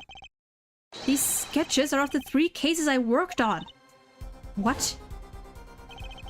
The murder in the poker room at the Borscht Bowl Club. The dead man pulling the noodle stand. Oh, okay, I get it. The events that transpired during the Governor's concert. What could it mean? How could he have drawn those things, and why? That's what I want to know! Wait, is Drew Misham... Yes, Emma! That's it! All this time! Drew Misham has been Apollo's father, and he just didn't mention it to anyone. Give me a break! Does that even seem remotely possible to you? I'd never even heard of any Drew Misham before. I hadn't even seen a picture of him. But there were my cases drawn on his canvas. Every single one of them. It couldn't have been a coincidence. Just who was this Drew Misham and what did he have to do with me? To be continued.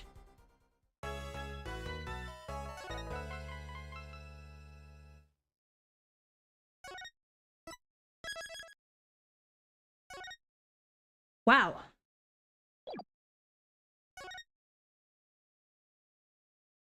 Huh.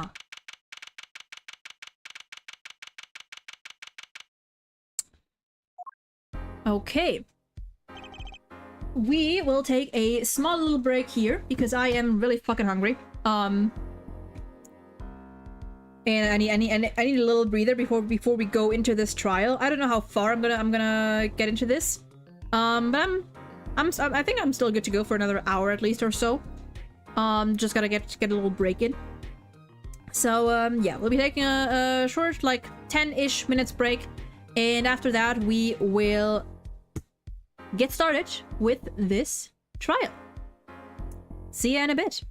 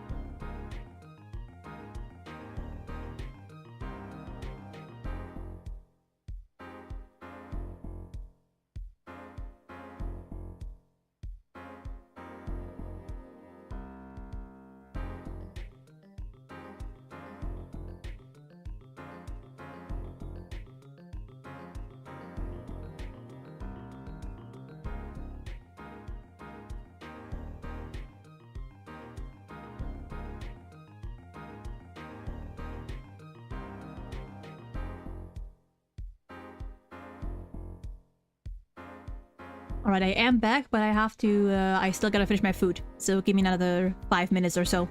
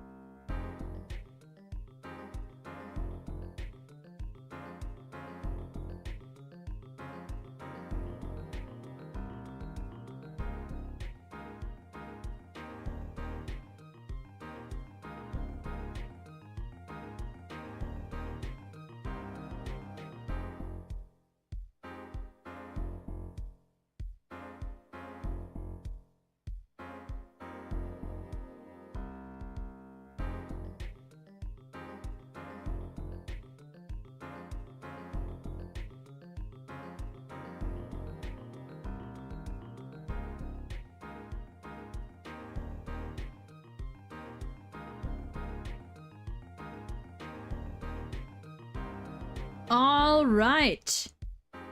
We are back. Apparently my monitor isn't. Apparently my monitor died. Hello? Bitch? Did it... Why is it just... Bro, my guy. Come on. Eh, it's fine. It's fine. I usually look at the game through OBS anyway, so it's fine. My god, I hate having to have the AC up this whole fucking time. Maybe I should get a fucking... Wait, why don't I put my hair in the ponytail? Hold on. Wait. Pause.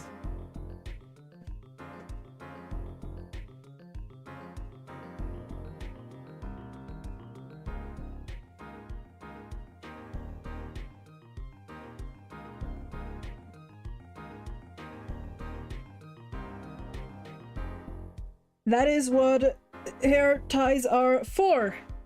Perfect. Okay, still warm as fuck, but better. God, I hate summer. Anyway. Anyway, we are back. I sped ran my food, and now I am back and ready, and here we fucking go. Good morning. Wait. Good morning. So, you're Vera, right? I'm Trucy. Trucy Wright. That's right with a W. Oh, but not right. Right? We're on your side. You can tell us anything. Please?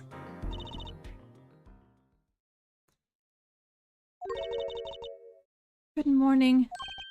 She speaks! She speaks!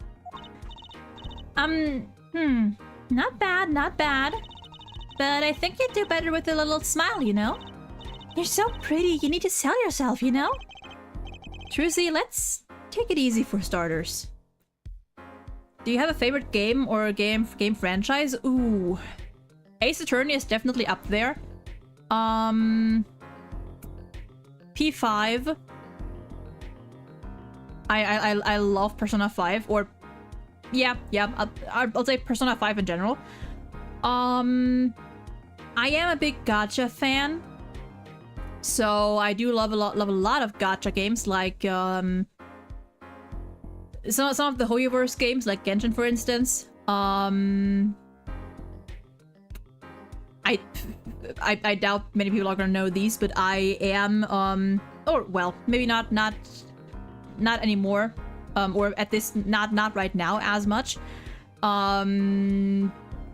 But like OnStars and Idol 7 still have a special place in my heart. Will always have a special little corner in my heart. And every now and then they resurface in my sea of interests and will make me go mildly insane. But yeah, right now I'm the biggest on Persona and Ace Attorney. It's hard to pick one favorite because I'm usually the type of person, like it's not hard for me to get invested in a game or a series or you know, any piece of media really. Like it's pretty easy to get me hooked on something once I actually get around to it. So it's more like I have a large list of things of games that I really love, and depending on what's, you know, what my brain currently decides on, they'll move up or down the ranking.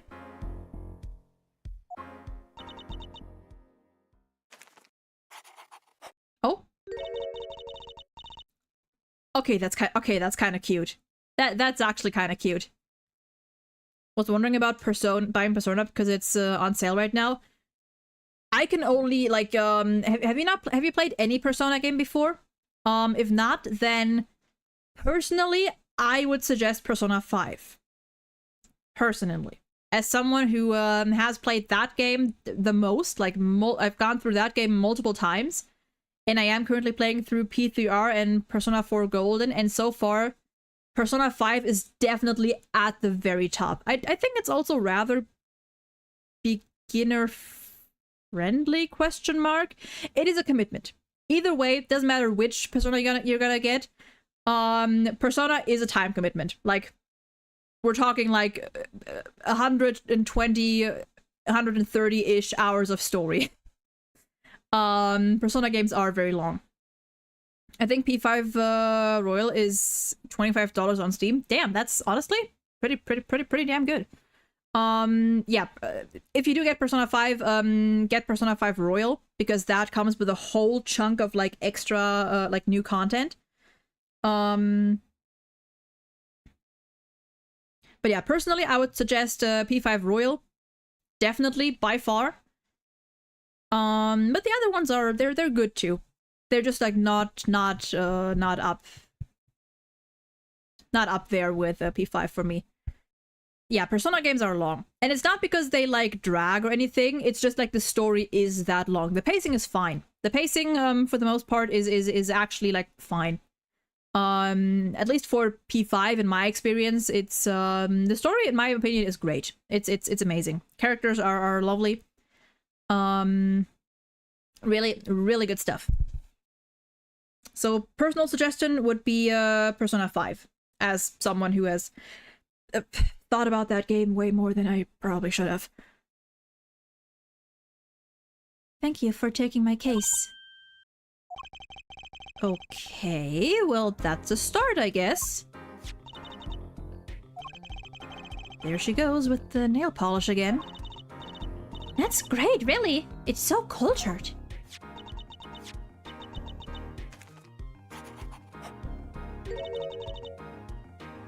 Want to try? Oh, really? Girls. Never change, Polly. Okay, hold on. I'm gonna have to do something real quick. Hopefully this doesn't mess anything up.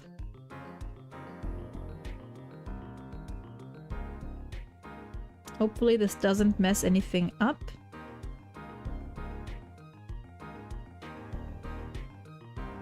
Turn it on again.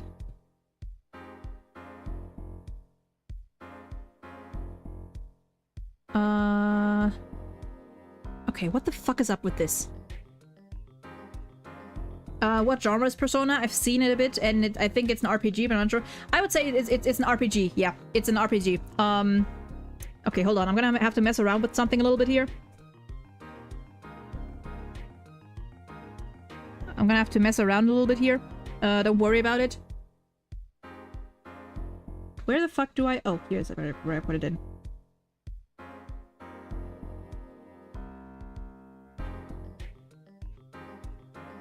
Okay, hold on. I gotta... Real quick. Actually, wait, no. Okay, window. This, now we move it back here. And we go borderless. Okay, we're back. More or less, kind of. But yeah, Persona games are RPG. They're turn-based, mostly turn-based RPGs. Okay. Whoops. Fuck. Wait. Fuck. I wanted to screenshot Apollo's fucking girls line. Okay, fuck it. We're gonna do it like this then. I don't know. I think Apollo sighing and just going, girls, is so funny to me. Forger and a stolen painting was found in his studio. Life of crime, really. And maybe one that led to his death. I can hear my dogs barking.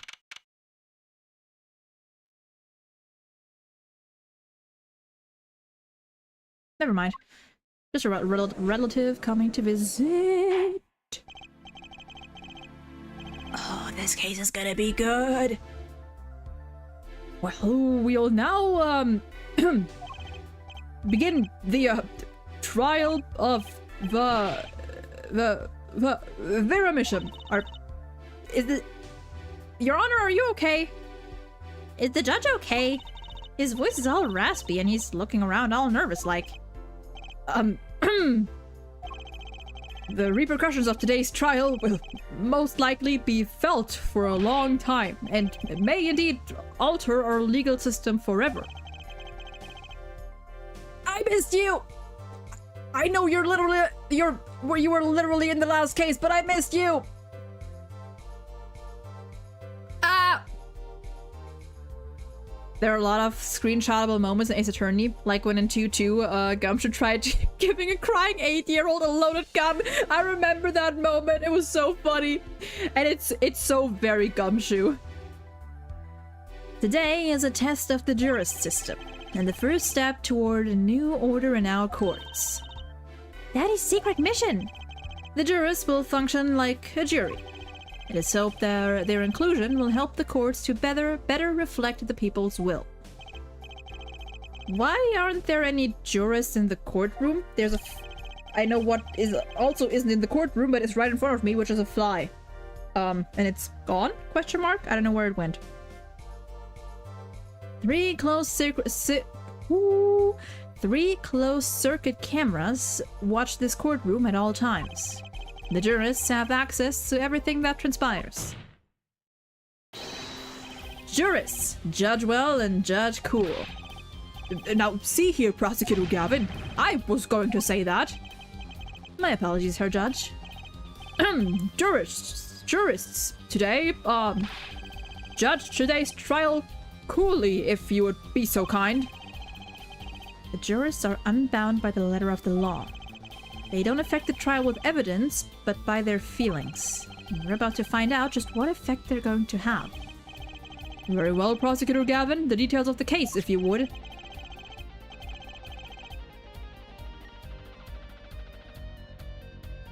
I will never get tired of this OST. The victim is the painter Drew Mission. He was killed in his own studio. His coffee was poisoned. By whom, you ask? By none other than the defendant, Vera Mission. There wasn't any poison in the coffee. Achtung! Someone has been doing their homework.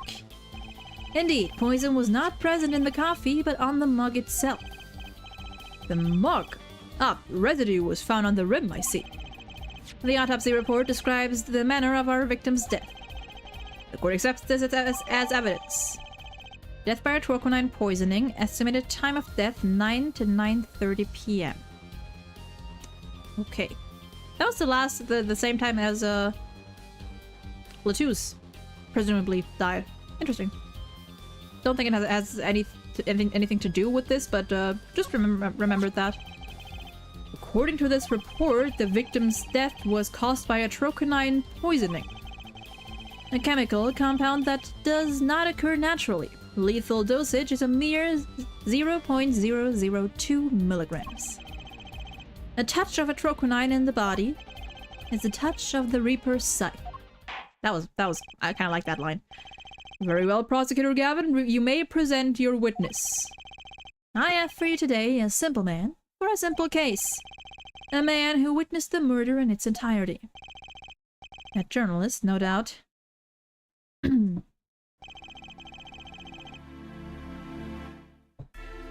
The witness will state his name and occupation.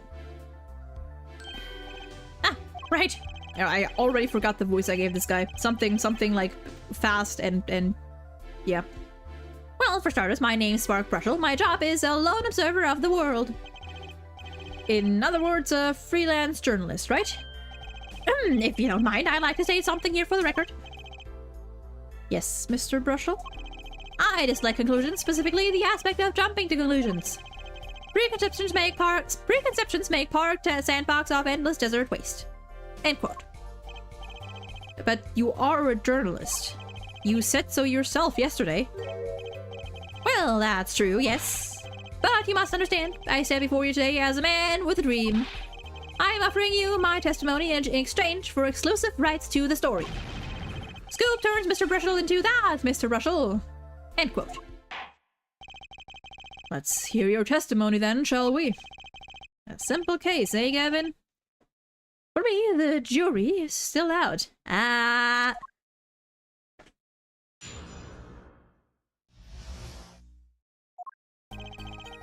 I visited the studio around 9 that night to do the interview. Okay. The first outsider to enter the atelier, journalistic history mate, end quote. His daughter brought us coffee right after we started. Okay. And you know what happened next? Star falls, end quote. No one else entered the room besides her the whole time. No one else entered the room besides her. I feel like that is the statement. I don't know, it just sounds like. That does sound like a simple case. Unless you were the one who poisoned him. What do you think? Judge? Need I remind you, the cameras are rolling today. I felt the need to be a bit dramatic. You didn't do it, did you? Me doing anything like that? Come on, that's like newsmaker making news, end quote. Or even contemporary witch hunt, end quote. I know, wild accusations, rock courtroom, end quote. Rock indeed. Prosecutor Gavin sure looks like he's having fun. I'm so happy for him. Whoops. Very well, Mr. Justice, your cross-examination, please. All right, let's have a look at this. Hold it! 9 at night. Isn't that a little late for an interview? If the great painter Drew Bishop says come at 9, believe you me, I go at 9. The first and, as it turned out, last interview with just such a prolific painter. Right, can you tell us what it was like when you arrived? Hold it! You were the... Oh dear. You were the first reporter ever in Drew's studio. Posterity will look back on that night as a turning point in journalistic history. A basically insignificant step for all mankind, but a giant step for that Brussels guy. End quote. If no one on the outside ever had access to the studio, then it would serve to reason that that the deed was done by an insider. By which he means Vera did it. So how'd this epoch-making interview go? How do you pronounce that in English? Epoch? Epoch? Hold it! Would you mind being a little more specific? Oh, let me tell you, I enjoy a cuppa. In fact, it all began when I was in 3rd grade. No, wait, 4th grade. That's not what I meant. I believe I know what her forehead is driving at. This coffee the victim was served. Did anyone other than the defendant touch it? Right, that's what I was going to say, really. Well, now, if you've got a question to ask, you best straight up ask it. That's what I tell all the new recruits. Several times, if necessary. Right for a grade schooler. That's my motto. Okay. Wait, just to say I can only write on... Did you say you can only write on a grade school level? Who touched the coffee? Damn, Paulo. I can only write grade school level stuff, mind you. Dunno. I was in the back, looking at the studio's equipment when she served it.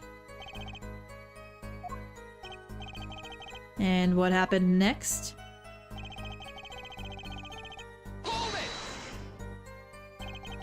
What's this about a star falling? Star falls, huh? It's like an old telegram. Send money. Over.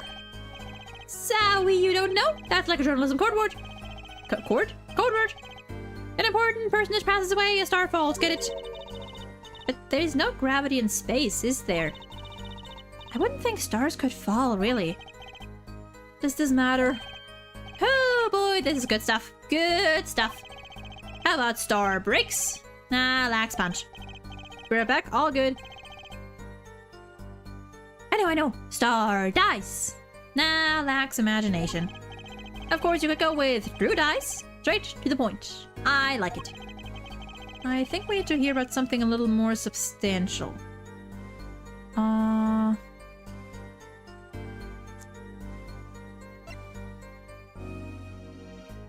moment of death. Brussels coffee, the Stars coffee. Let's talk about the moment of death a little more. About when Mr. Misham passed away. Oh boy, what a scene that was! He puts his coffee mug down with a crash, right? Yes, and then? Then the cold finger of death touches his spine, life's flame sputters and fails. So cold was that touch, he could do naught but tremble uncontrollably. Actually, life's flame is a little tired. Life's river froze over. Yes, that's a go. I think he's starting his article already. Could you describe that a little more simply? Well, as you can imagine, I was pretty surprised. He hit the floor, as they say. Artist seizure is final performance. End quote. Atrochromine paralyzes the central nervous system.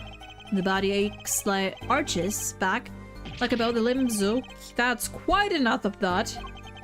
Some of us want to be able to sleep tonight. Oh yeah? Well, I want details. Lots of juicy details. For that, you can listen to our last year's hits. Oh, they're actually gonna mention it. Welcome back, Drago. Atrochromine, My Love by the Gaviners. Available at all major music outlets. So, okay, so they pointed out. Interesting. The point here is that the victim died of atrochromine poisoning. Well, Mr. Justice, how did you find that testimony? Very important. Well, as an account of the moment of the victim's death, I'd say it's very important. Please add it to the testimony. Very well, the court requests the witness add this account. Okay, now first, that was definitely death by poison. Okay.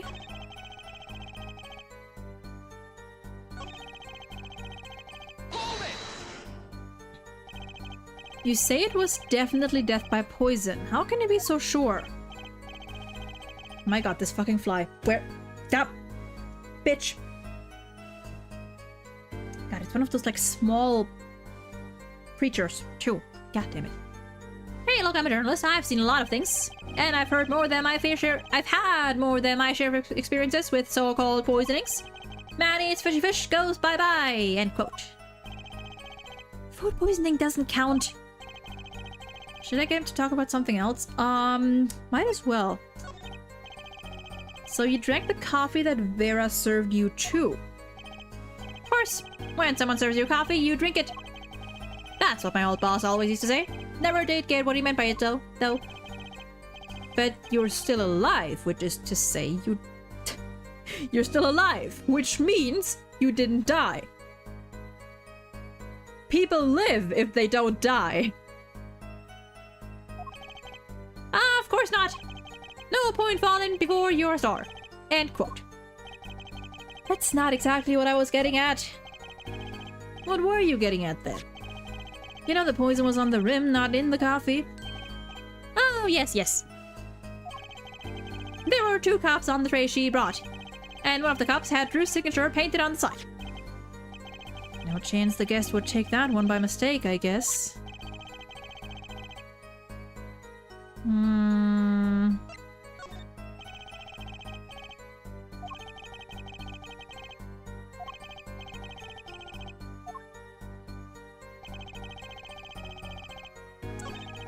Let's press this last one. Hold it!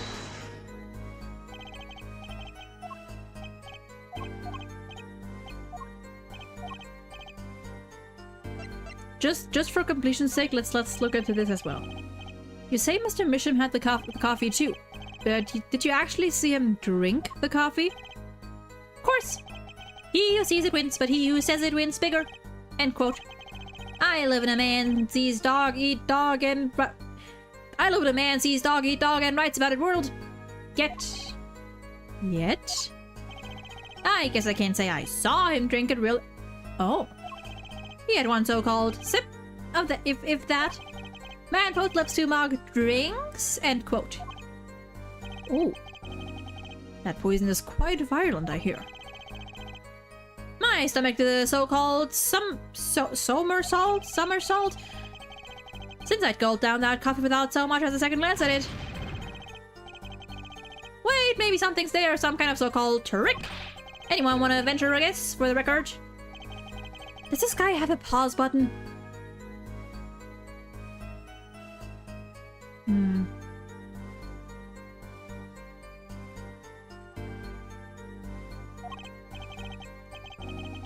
Actually... So he says he didn't actually see it.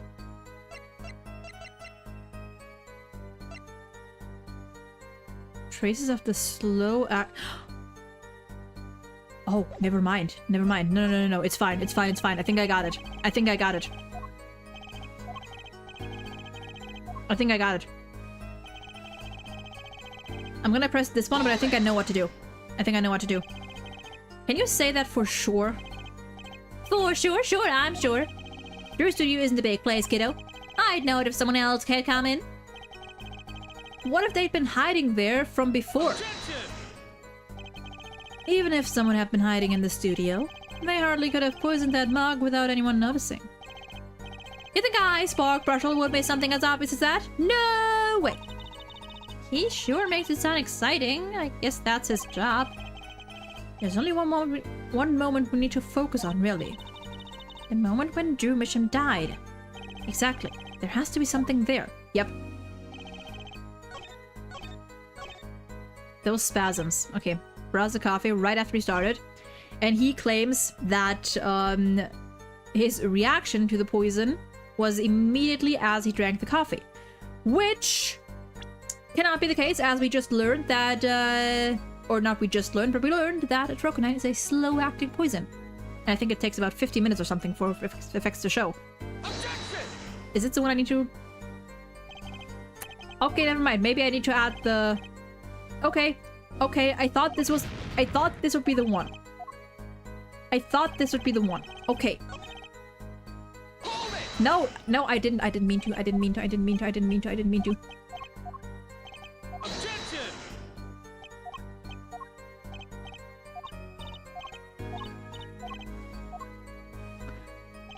Okay, maybe I need to, Roswafu. Hold it! Maybe I do need to have him at the part about Misham's coffee.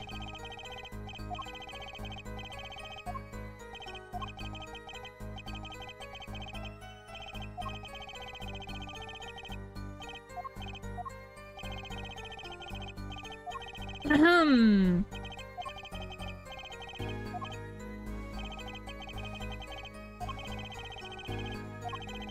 Oh dear, this takes a while.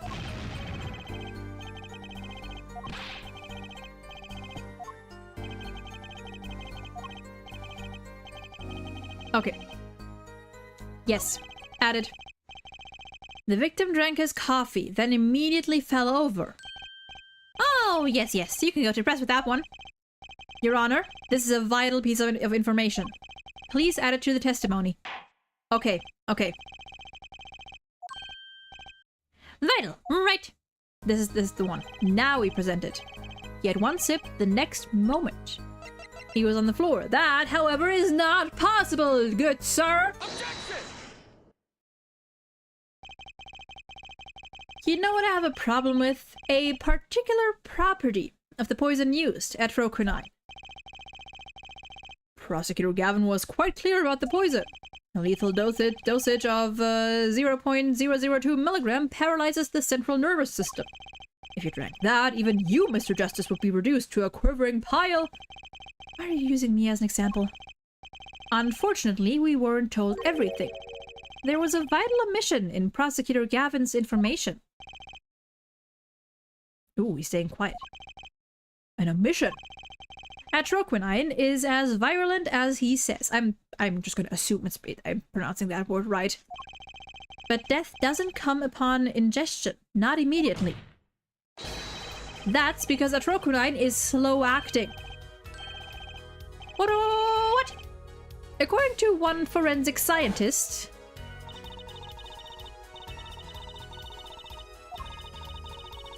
I don't mind this flashback.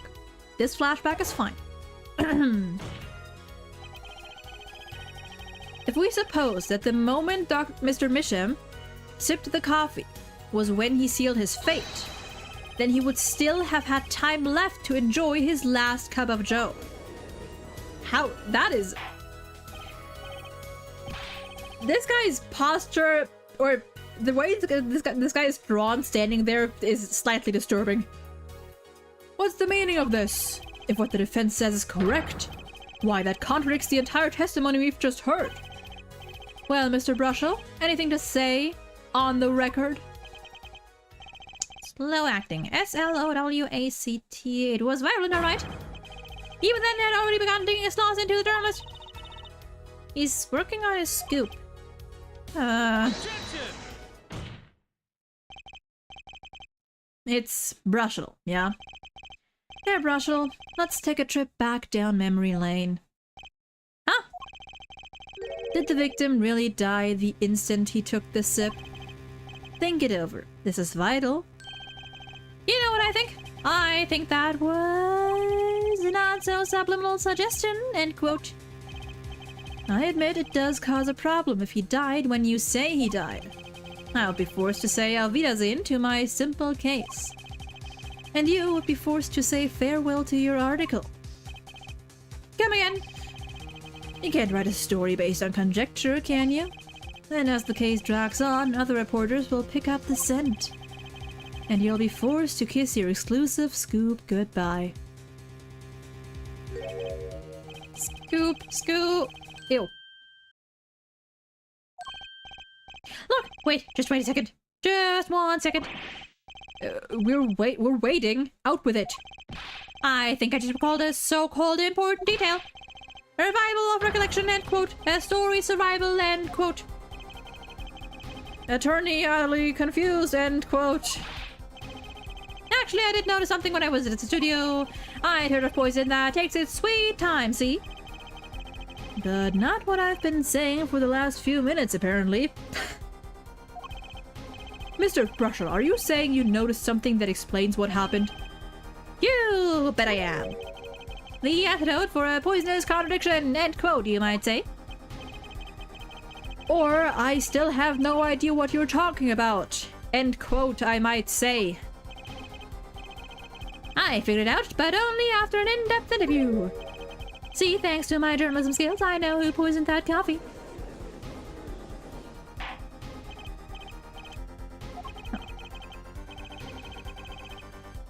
As far as I can tell, the witness is standing by his testimony. Standing by his testimony that Mr. Misham died the instant after he drank. Of course I'm standing by my testimony! And my dream of exclusive rights to this story. I suppose it was too much to hope for. What was? Of course he wouldn't choose a simple case. Not him. Him. Phoenix Wright, who else? He said the name. He said the thing. Achtung, Herr Brushel. Report for us if you would. What is it that you noticed? This court is a critical trial of the jurist system. I'm afraid no room for doubt is permissible. You will testify to the court about what you noticed.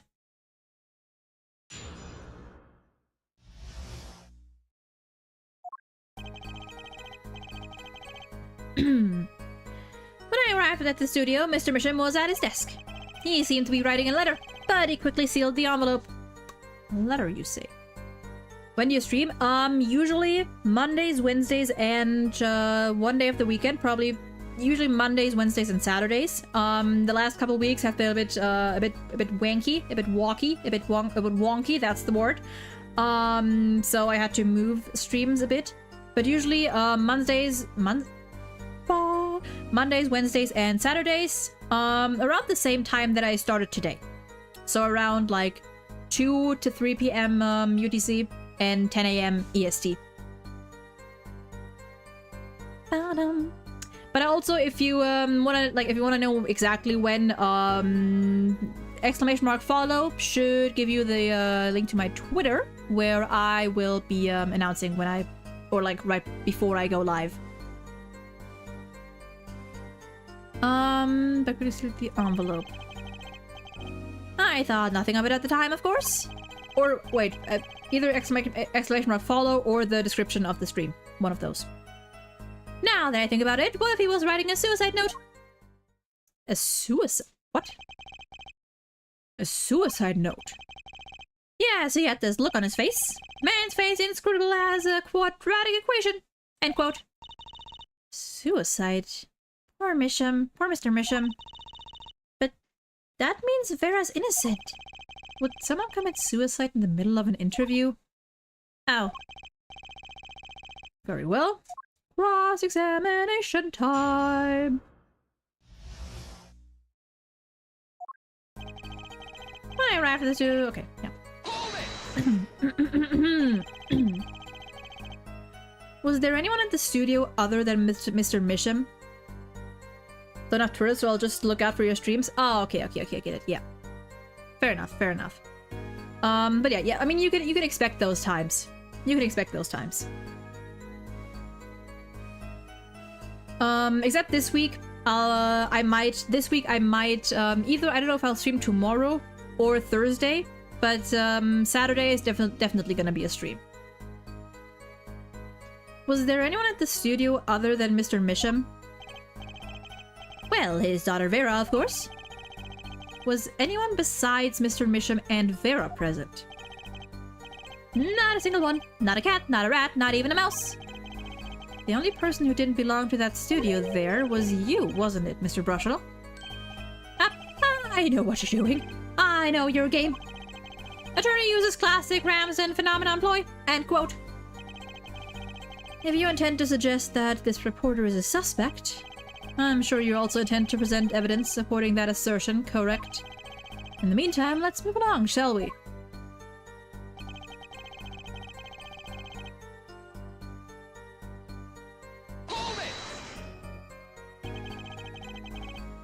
So he put the letter away when he saw you. Early reporter gets worm, end quote. That's my secret. I'm not sure I follow. It's the end of the interview. I arrive 50 minutes ahead of schedule. Okay. The handle turns, the door opens, and I barge it. The door opens. And I barge in with a na-na-na-na-na. Okay. Are you sure that's okay to do? I mean, isn't that unlawful entry, really? Mr. Mission sure seemed to think so. You should have seen him. He crammed his letter into that yellow envelope as fast as he could. I know a secret when I spot out, and that was a secret. It does seem significant. Sure does.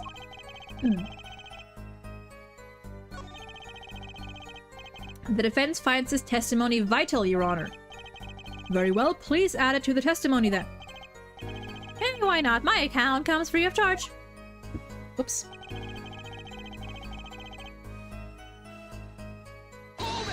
Yellow. And you saw him seal this yellow envelope with the letter. Hey, don't look at me like that. I saw what I saw. Apollo, you think this might be our big break? Yeah. What I need to show is some decisive evidence now. Okay. Let's go through these statements first. You didn't think anything might be wrong at the time? Hey, when I go in for an interview, that's what I'm there to do. Interviewer finds looking more effective than caring. End quote. So what about now? Thinking back on it, did you sense anything strange in Mr. Misham's behavior? Well, yeah, that's why I'm telling you all this to begin with.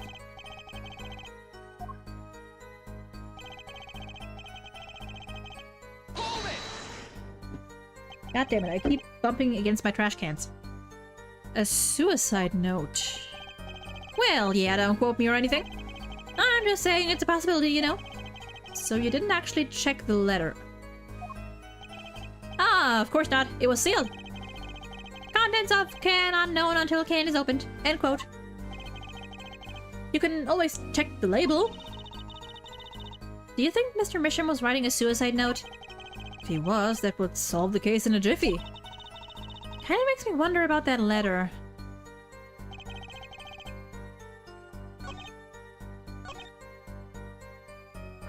Yellow, you say? However, we did not find a yellow letter. Objection! As it just so happens, there was a single letter in a desk drawer at the scene. In a red envelope. What? That was disturbed. I didn't like that animation. Prosecutor Gavin. Yes. Was a yellow envelope found at the scene of the crime? Unfortunately, no. But, Herr Forehead, it's easy to mistake the color of an envelope. I guess, but not this envelope. You see, it was postmarked already, 7 years ago. One thing I find weird in Ace Attorney is how many... I mean, not that many. I mean, we have that doctor, that quote doctor. And I can't really think of anyone else off the top of my head that would fit that category. Or that could fit that category. There's many characters that are like weird, for sure, but huh.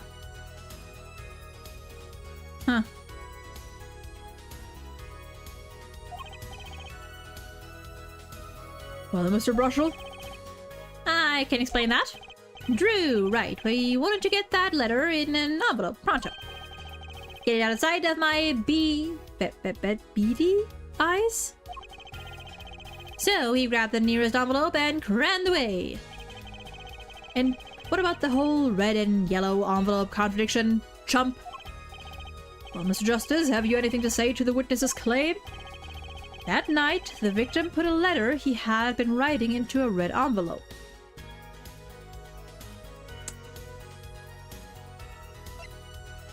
I would say it's impossible because that letter was sealed. It was sealed, wasn't it? That's impossible. I like your expression. So full of confidence. Let me just save that. Oh, come on. It's simple, really. As it just so happens, the defense team investigated the contents of this envelope with the assistance of a forensic scientist. What? Did she not offer him? Ha. Note that this letter is addressed to Drew Mission. Oh. Why would he address a letter to himself? Let alone send a suicide note to himself. I've been scooped!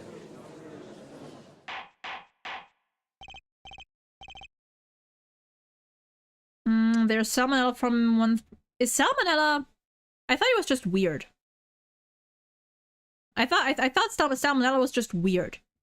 Like, I don't remember him showing, like, attraction to, like, a kid. I don't remember him... I remember him being, like weird and cringe, but I don't remember him showing, like, any attraction to an actual child. Max? Oh, yeah, Max had that thing with Regina. How old was Max? I don't remember how old Max is. Ben Woodman in 2-3. I'm gonna be honest, I don't fully remember that guy either. I also don't remember how old he is. Prison guy from 3-4? Prison guy. Oh, Terry Falls. Yeah, no, Terry Falls. Terry Falls was weird because, like, I don't know, his whole character was a little weird, but yeah, no, that one was a case. Dr. Hottie, obviously, and Wesley Stickler. No, I hard disagree on Stickler. He was just weird. Like, with him, it had nothing to do with, like, attraction to, like, to children or anything. Like, he was just, like, weird and kind of dumb.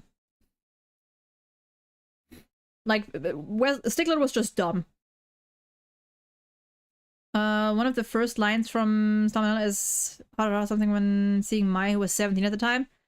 Was it? I don't remember. Then again, I don't want to remember much of that guy in any way, because like, I mean, fucking what the fuck were they even doing with that guy? I don't fully remember that, but I mean, in that case, I mean, I know this is specifics, but technically that's not pedophilia.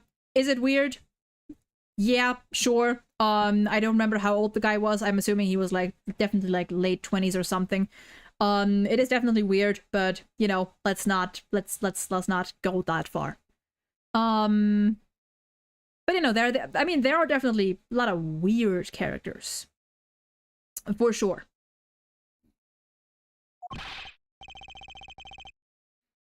Mr. Brushel, can you explain this to the court? Oh, my, how could I have forgotten? I suppose this happens to the best of us. Reporter gets old, forgets lots. I'm still waiting for an explanation, Mr. Brushel.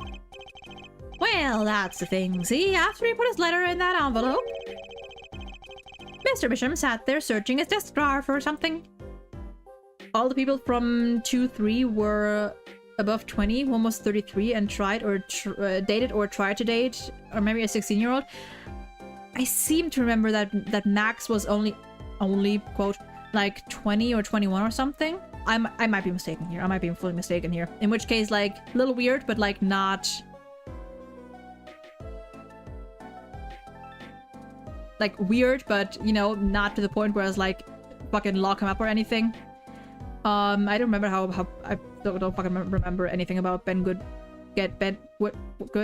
No, Goodman was another one. Woodman. I don't. Stop. Max was like 23, 24. That is kind of weird. That is kind of weird. Definitely weird.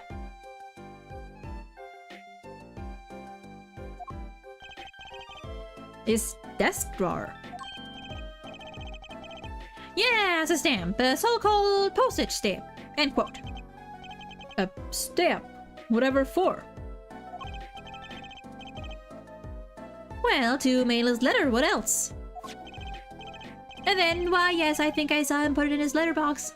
Have you watched the Ace Attorney anime? Yeah, I have. Yes, it was a yellow envelope, and he put it in that box. Well, apparently this yellow letter has nothing to do with this case. Oh, how I wish it did. Just think if that were a suicide note. What a story. Starlight suicide note in front of reporter falls. End quote. As I was saying, it has nothing to do with this case. That said, yes, Your Honor, it makes me wonder about the contents of that red envelope.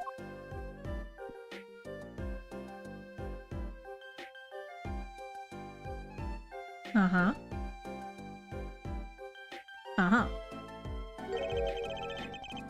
$100,000 is quite a good deal of money.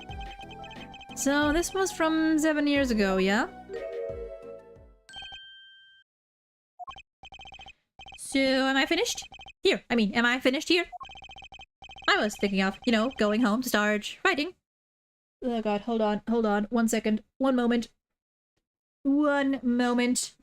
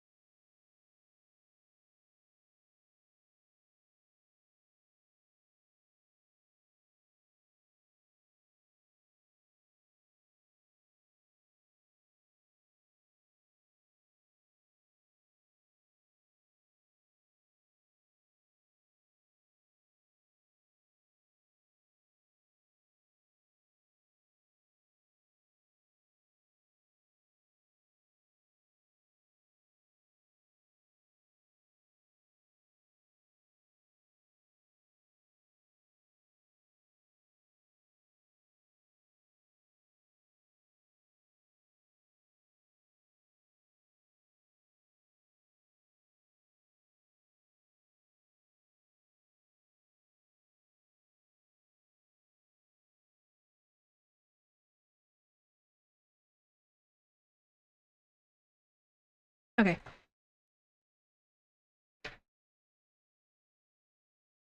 And we're back.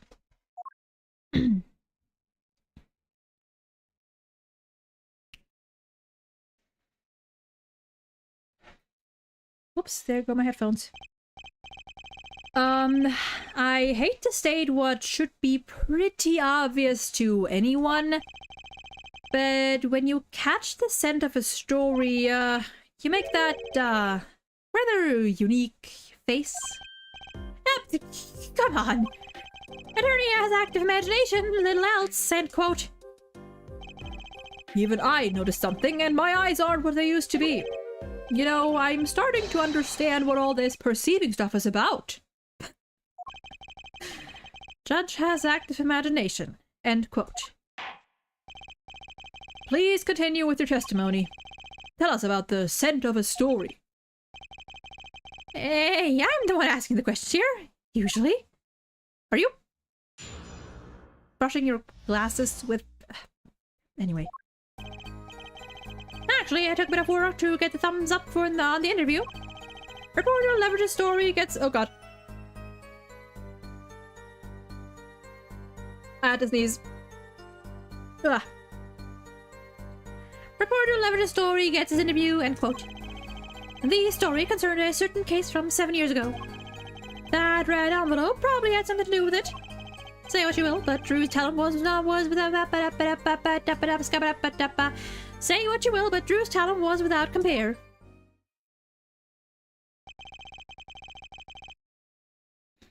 So you threatened to go to press with this story. That's how you got your interview? Blackmail? Well, yes. I mean, no. It wasn't exactly black. I mean, I'm not, Something wrong, Mr. Brushel? Look. This is my story, my tidbit. Journalist in for his livelihood, end quote. I see. Well, you have me chatting away in here. What's going on out there? What if some Wally Wordsworth or Sally Scooper gets wind of my story? They could be going to press while I'm going to waste. The court feels your pain, Mr. Brushel. Mr. Justice, let's pick up the pace. A certain case 7 years ago. Wait, 7 years ago?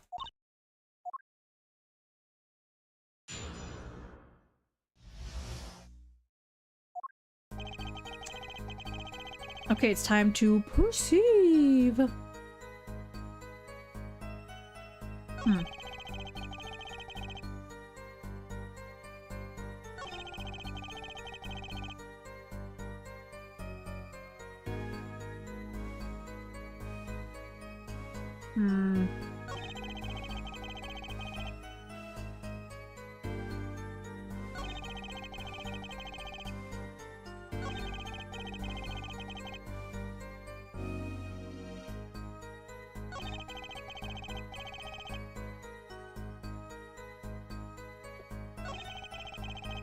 Drew's talent was without compare. What am I supposed to do with it? I feel like I gotta press these some more. Whoops.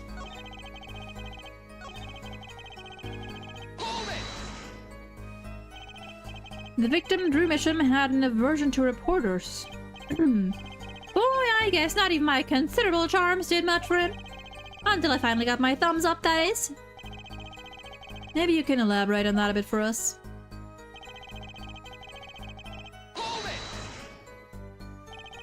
Exactly what sort of story was this? Oh, that little one, like I said. Nothing more, nothing less, nothing in between, end quote. I might have suggested it. I might have suggested I had a lead on this particular story. But I didn't threaten or or nothing, honest. So a suggestion was enough to get an interview. Mr. Misher must have really wanted to keep it under wraps.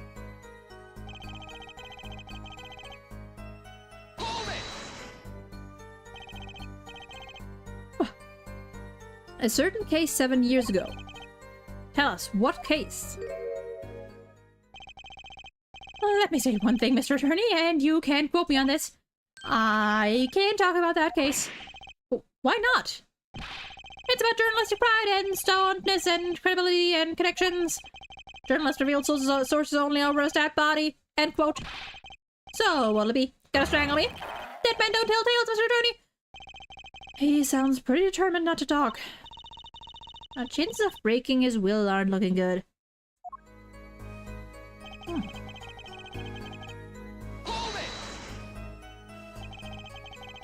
it! On the one hand, we have your story, and on the other, this letter. What makes you think the two are related? Oh, I was just saying it's possible. Call it reporter's intuition, end quote. Hey, I say a lot of things. You gonna pick all of them apart? Be my guest. I really would not like to. All of them? No, just the incredibly suspicious ones.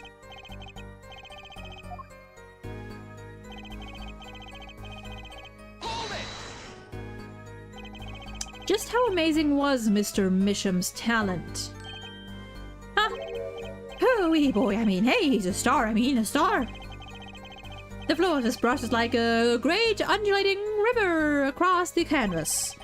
Our artist's paints light up studio like sun. End quote. This guy is full of wacky gestures. But that one just now was wackier than usual. He looks kind of nervous to me, Apollo. Definitely. I'm sensing something different than before here. Maybe it's time to bring out you-know-what.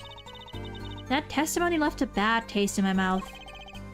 It all makes sense. Nothing jumps out as ridiculous. I wonder what the story he's talking about is.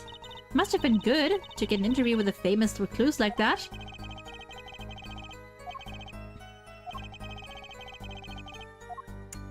Okay, 1 second, I gotta get myself some more water.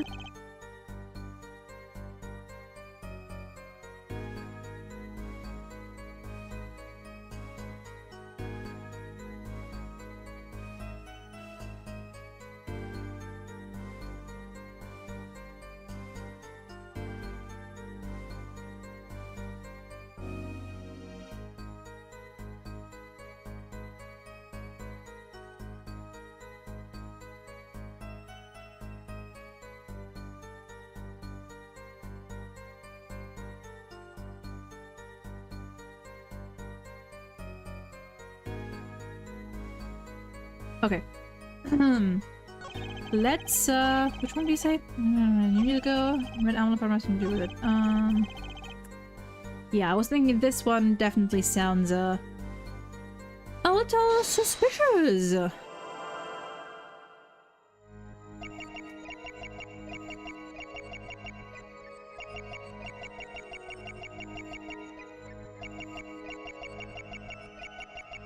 Nothing in the eyes. Maybe his hand?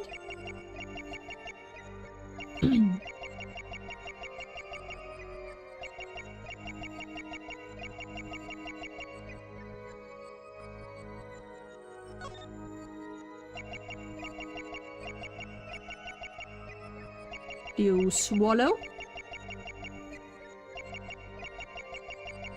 You do not.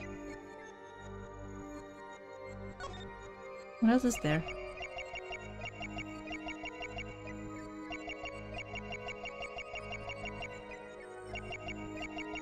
What the? Did you just... Hold on.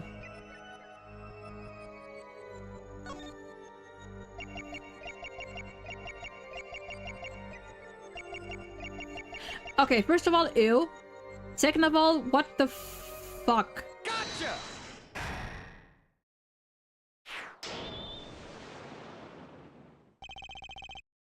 Sweat much, Mr. Brushel? Yeah, well, a man can't help his glands, you know. It's more than that. When Mr. Misham's talent was mentioned, you suddenly began to sweat buckets. Ah! Why did you just speak with that? You're hiding something about his talent. What? That's ridiculous. Evidence time. Let's show where Mr. Misham's true talent lay. Wait, oh fuck, I should have saved. But I'm pretty sure this is the one we need to show. Take that! Never mind. Let's save. Let's save here. What would be even worse than sweating? I don't know.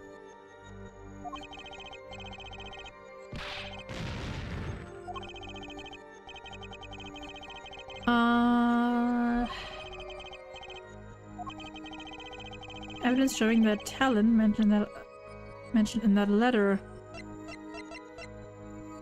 Oh. Large plum in the background. Do I show this?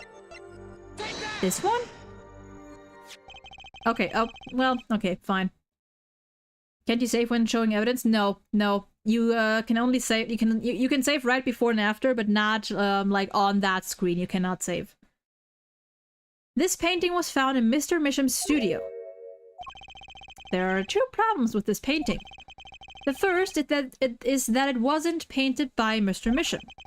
The second is that there was another painting in the studio, which looked exactly like this one, except it was only half done. Then we have a letter discussing a payment of $100,000. In the Switch version you can. Oh, interesting. Which suggests a certain business operation. The business of making forgeries. I don't like that.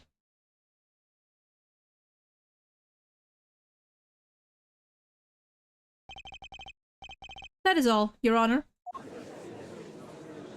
Nice. Everyone, please, everyone. Can we keep this private, please? This is my story, my scoop. Forgery, that's a serious crime. Drew Misham is known as an artist these days, but there were rumors he dabbled in another kind of arts until a few years back. Another art meaning forgery. Drew Misham was talented, all right.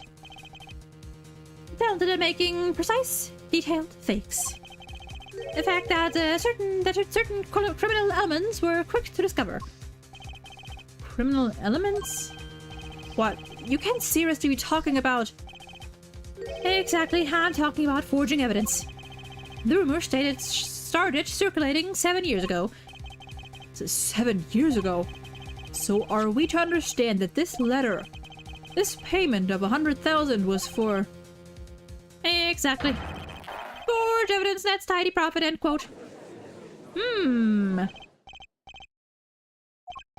Why, it's like our victim was living a double life. This is my chance. So the victim had ties to the criminal world, right? He could have had plenty of enemies we know nothing about. This is my first time hearing of this criminal world. We certainly found no criminal connections when we conducted our investigation. But how do you explain all this money? You have to admit that there's a possibility of some illegal activity there. But there is no proof tying this letter to our case. Got a point? Unless... Our case was and remains simple from the beginning. Only the defendant could have poisoned that mug that night. And you, of course. Hey, the only thing I poison is my pen when I'm writing reviews. Mr. Brushell, your testimony to this point has been quite unreliable. It doesn't speak well of your reporting, acumen? What are you talking about? My journalism is rock solid. Journalism is solid, you could stand an elephant on it, end quote. In any case, let's hear a summarized recap of your testimony. If we can ascertain the situation in that studio from the recap, the trial is over. Apollo, what's he talking about? The cross-examination showed Mr. Brushell didn't have a reason to or means to poison him. As long as there's no other suspects. Then the killer had to be Vera, that's what. This next testimony is our last chance.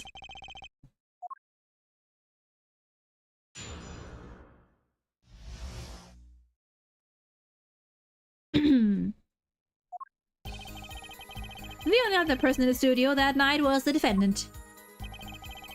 It was Vera who poured the coffee. She's admitted as much herself. The only thing that touched Drew's lips during the interview was that mug. And nothing left that studio after he died. Nothing. Clearly, the only one who could have poisoned him was his daughter.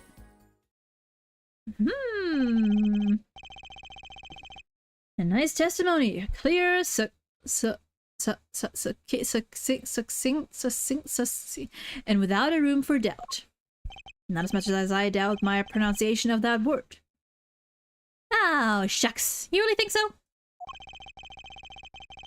I believe this clarifies the situation that night. Very well, Mr. Justice, you may begin your final cross-examination. Right. I still have one trump card left to play. Be right back. All good. Take your time.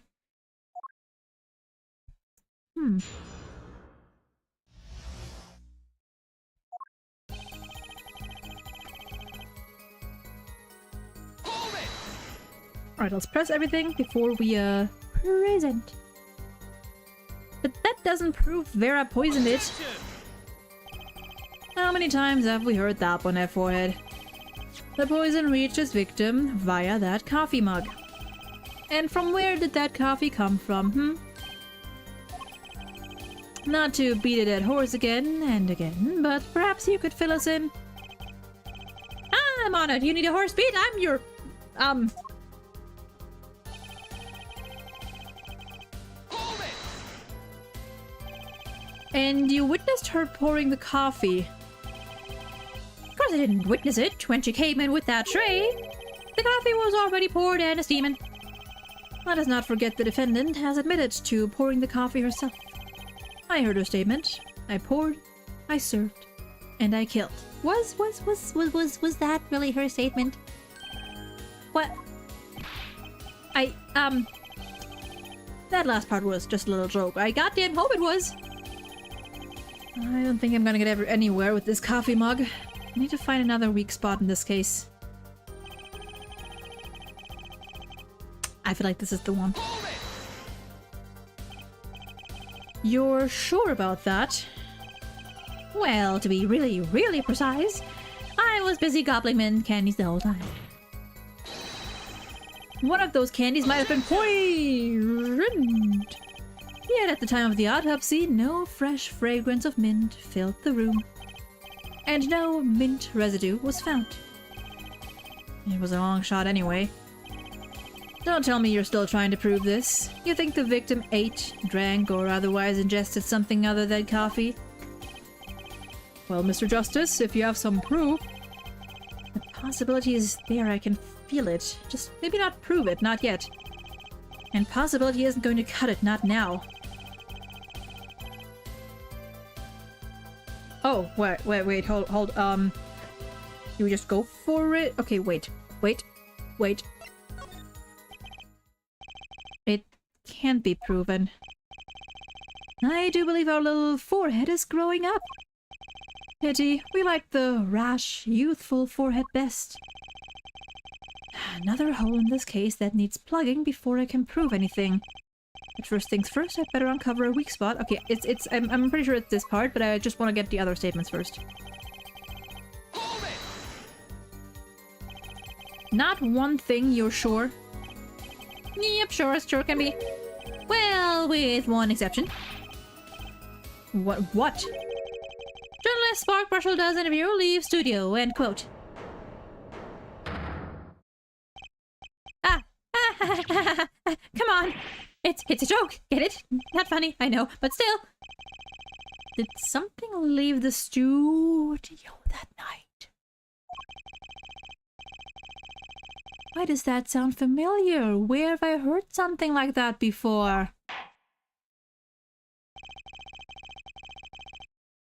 Now that we've proven our witness is a comedian of sorts, I'd like to turn to our defense attorney before returning to the testament. Okay, hold on there. Pause. Do you have any idea what, if anything, might have left the studio that night? Oh, interesting. So you can... Okay, so there's multiple points here. Oh. Okay. Interesting. In that case, fuck it. You know what? We're just gonna go for it. I think one thing might very well have left the studio that night, actually. A certain something that has vanished from the crime scene. By which you mean... something other than our witness. Of course. Don't tell me, Vera Misham. Believe me, any comic relief I may provide is entirely unintentional. Let's see what you've got for us, Mr. Justice. Well, this thing wasn't at the scene of the crime, so I can't show it to you. But I do have evidence that shows how it could have been taken from the scene. Bam. This is the only link between that studio and the outside world. A letterbox. What did Mr. Brushell just tell us? When he entered the studio on the night of the murder, the victim had just finished writing a letter. Yeah, I said that, and yeah, it was true. Furthermore, you went on to tell us that he put that letter in a yellow envelope and put it in the letterbox. But that very same letterbox was empty. In other words, that night the yellow envelope disappeared. Yes, intriguing. So an envelope has disappeared from the scene of the crime. Of course, this changes nothing. Huh? He has a point, Mr. Justice. What we're trying to figure out here is how the poison got into Mr. Mission. Is it really important that this envelope the witness says he saw disappeared? Well, if it did disappear, then something did leave the studio that night. That seems very important to me. Very well then, the witness will add this to his testimony. Yeah, got it!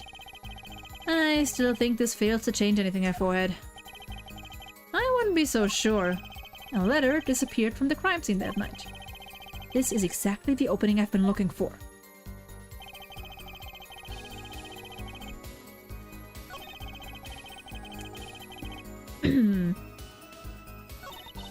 What do you think about everything he's saying? That's kind of what you want from testimony. How and why? Okay, yeah.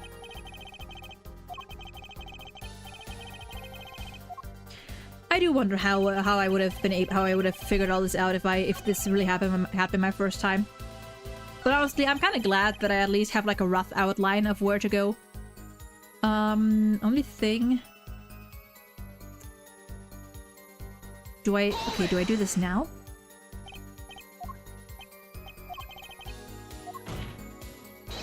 Objection! Okay.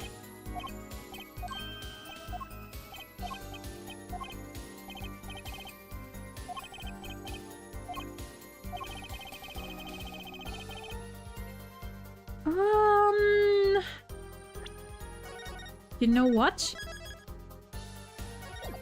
Let's go for it. Proof is possible. Haven't heard that one in a while. You do understand what we need, yeah? Proof, Herr Forehead, not possibilities. Of course. And Prosecutor Gavin, I hope you understand. I'm ready to give you that proof. What did you say? Oh, they're going at it. I have proof of the disappearing envelope. I saw him writing a letter, I did. Which was picked up by the mailman, I assume. Of course, which means that envelope had a stamp on it. A stamp, ah! As we all know, stamps come with dried glue on the back. In order to use the glue, you have to wet it by licking the stamp. Objection! No one worth talking to actually licks stamps in this day and age. What? What? Objection! Even if you wanted to talk, even if you wanted to talk to him, you couldn't. He's dead after all. Objection! Okay, so he licked the stamp. But wait, how does that explain the atroquinite on the rim of the coffee mug? Clavier, stay with me here. If he licked the back of a poison stamp, the poison would get on his tongue, yes? What would then happen if he put the coffee mug to his mouth? Welcome back, Drago. Those traces on the mug weren't the killer's doing. It was the other way around. This coffee mug didn't poison Mr. Mission. Mr. Mission poisoned the coffee mug himself. Water! But that doesn't... Does it? Recall, if you would. Atroquinine is a slow-acting poison, yes? The poison entered his body when you put the stamp on that envelope. But his time wasn't up until the very moment he touched his lip to that cup of joe.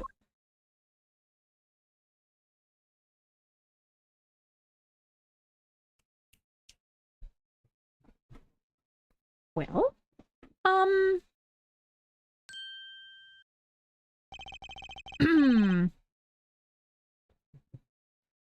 You have something to add, Mr. Brushel?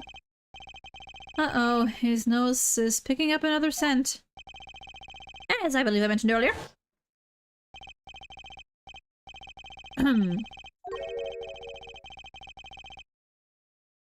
Oh yeah! Oh yeah!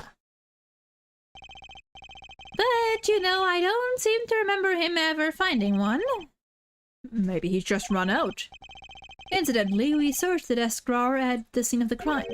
There were no stamps, not a single one.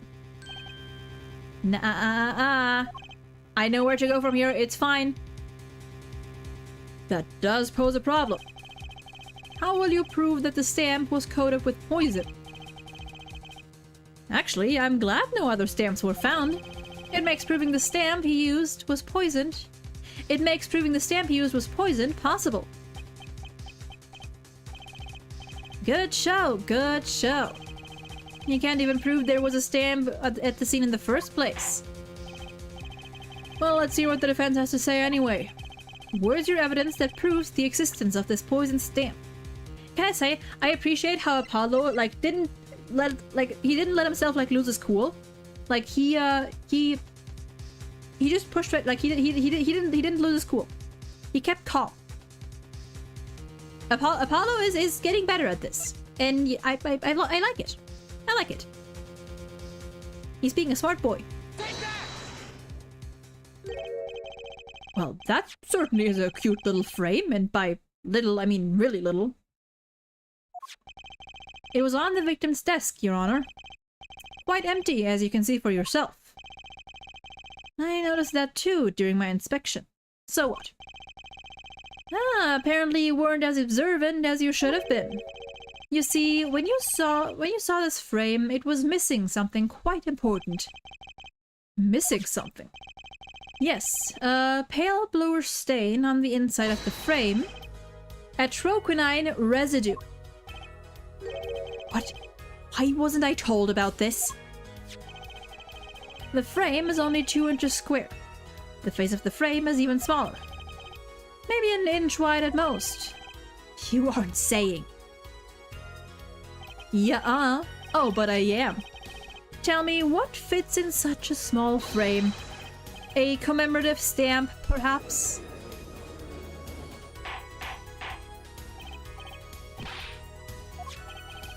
The poison stamp was in this frame. Impossible. Prosecutor Galvin? Why would he put something like that on his desk? Don't tell me he had it there so he could commit suicide if the mood struck. You know, can I say something? I had a thought, see. What, Mr. Brushel? And please stop jittering around like that. The victim was a forger, right? There's a lot of money in that line of work. Forger forges, friends makes enemies too, end quote. So the poison stamp might have been a murder weapon, aimed at him. Wow, twice in 10 minutes, or 5 to 10 minutes, wow. Oh, rich. That's rich. Leave the ridiculous flights of fancy to the Gaviners as song lyrics, please. Finally, something we agree on.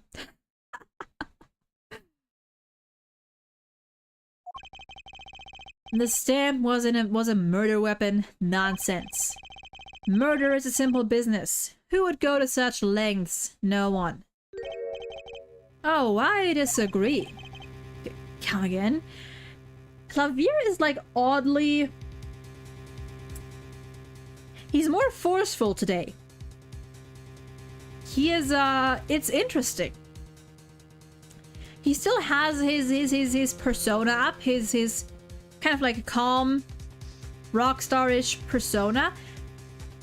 But he's a little more, I don't know. He has a little bit more attitude. if that makes sense.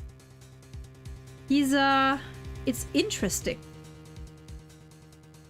It's a little more, it's... Yeah, like part of it might be because, you know, today's trial is kind of special and he wants to, you know, make it a good one. But I don't know. Something about seems off. It's not just like that he's more serious in general, but like his remarks seem a little more... I don't want to say hostile. But a little more snarky. Like he gets defensive a bit more quickly. And that's I feel like I'm not just imagining that. That's interesting. Recall, if you would, the victim's reclusive lifestyle. And in comparison, like Apollo, I mean, he still has his, you know, like his moments, but he seems to have himself together a bit better. Just a tad.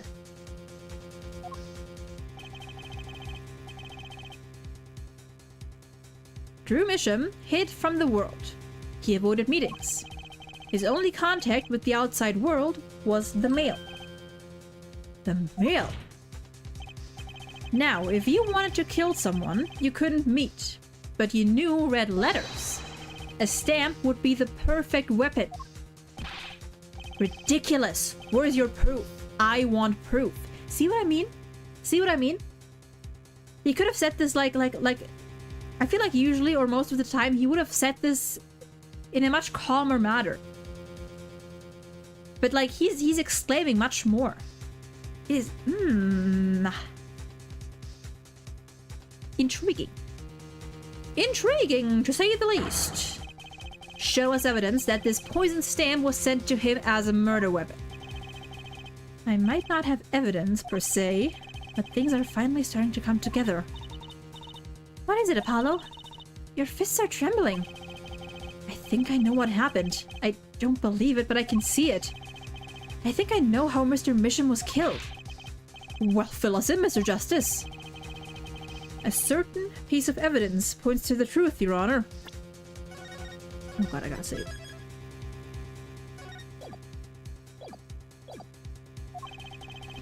I can show you how someone with the intent to kill sent Mr. Misham the stamp of death. The envelope?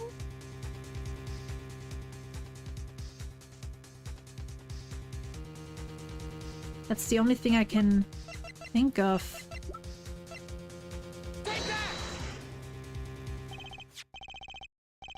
Isn't this the envelope, the one from 7 years ago? Think about the text of the letter again. There are 2 pages in the envelope. This is page 1.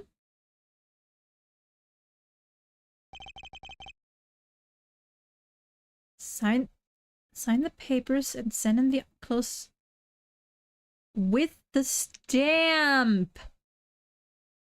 And this is page 2. I want to draw your attention to one phrase in particular.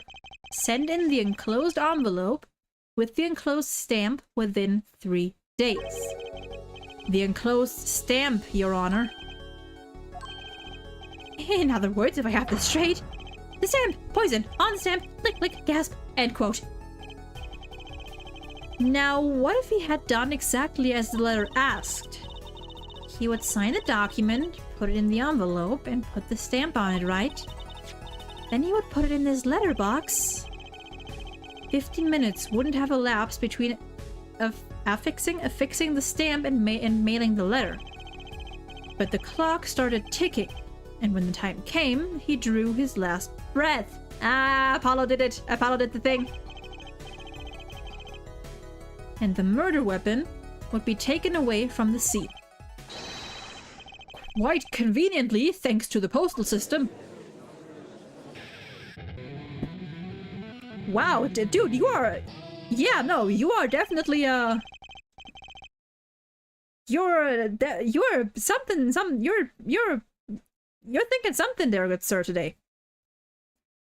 Such a splendid imagination you have, Herr Forehead. Don't let himself get to you. Let me confirm one thing with you, if I might. So this poison stamp was inside this envelope from 7 years ago, yeah? Is that what you'd have us believe? Really? Well, it is a little bit of a stretch, but there's a possibility. Yes, a very small possibility. How small, I wonder? A poison stamp in this envelope. A stamp that then became the murder weapon. How do you intend to prove this seeming coincidence? Oh, well, it was 7 years ago and we don't even know who sent that letter. And your answer is silence, I see. Very well, I move to...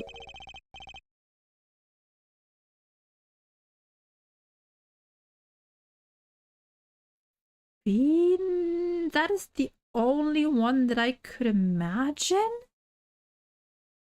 It's not nice to pick on the Fräulein Klavier. What did the actual...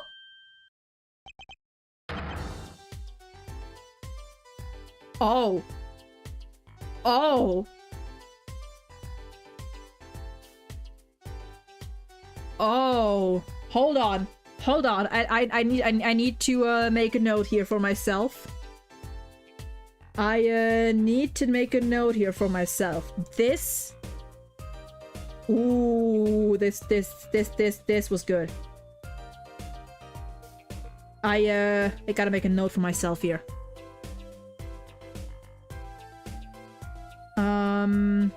Let me see here real quick.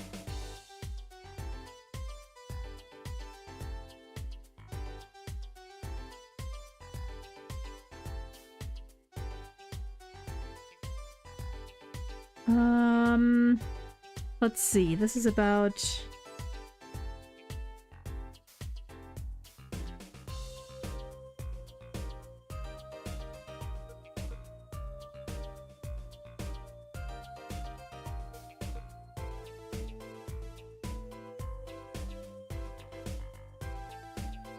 Okay. I just need to make a note of this scene right here. Oh. Oh, I like that. First of all, hi, Emma. Second of all... Oh, this was good. See, the reason I said Phoenix there was, for one, because I just didn't know who else it could be, except... I almost said Kristoff. I almost said Kristoff, simply because who else would call Klavier by his first name? But wow. So my question is, did Emma say this? Or was Klavier like actually just hallucinating?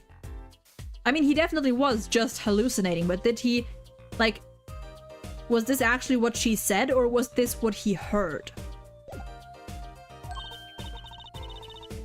Oh my god! Oh, oh! Okay, well, there you have the answer. Ooh. Oh, Emma, that was foul. That was foul. Don't quit your day job.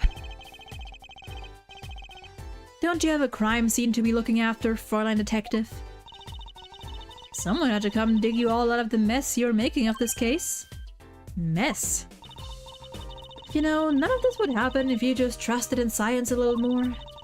You could find out if that stamp was in that envelope easy. Care to explain yourself, Fräulein Detective? Parrot me all you want, but science is on my side. Okay, it could also have been... Okay, if she like really was like actually like trying to imitate or impersonate imitate whatever Kristoff on purpose, it could also be that like brief flash of Kristoff there could also have been Apollo. It could also have been Apollo briefly hallucinating Kristoff there. But the fact it went from clavier to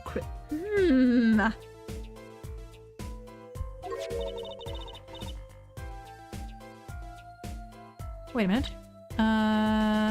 Okay. It's all in the residue, right? That's right, the poison detection spray. Produce the red envelope at once. You can open it on the authority of the court.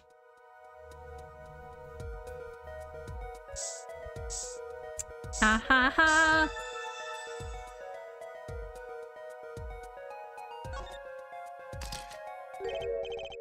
Well, would you look at that? No mistaking it. That's a trocanine residue. I like Emma's shoes. Nope, 1 second.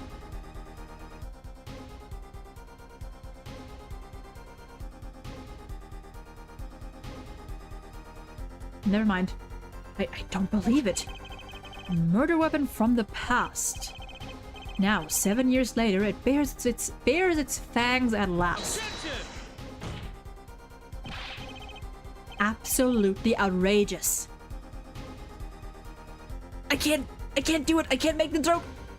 I can't make the joke. Oh, it's so tempting. It's so tempting. Tell me why. Why didn't this murder take place 7 years ago? Well, there's one possibility. Maybe Mr. Misham figured it out. Figured what out? He realized that the person who sent that letter wanted him dead, so he sent his reply with a different stamp. And put his decisive evidence in a frame.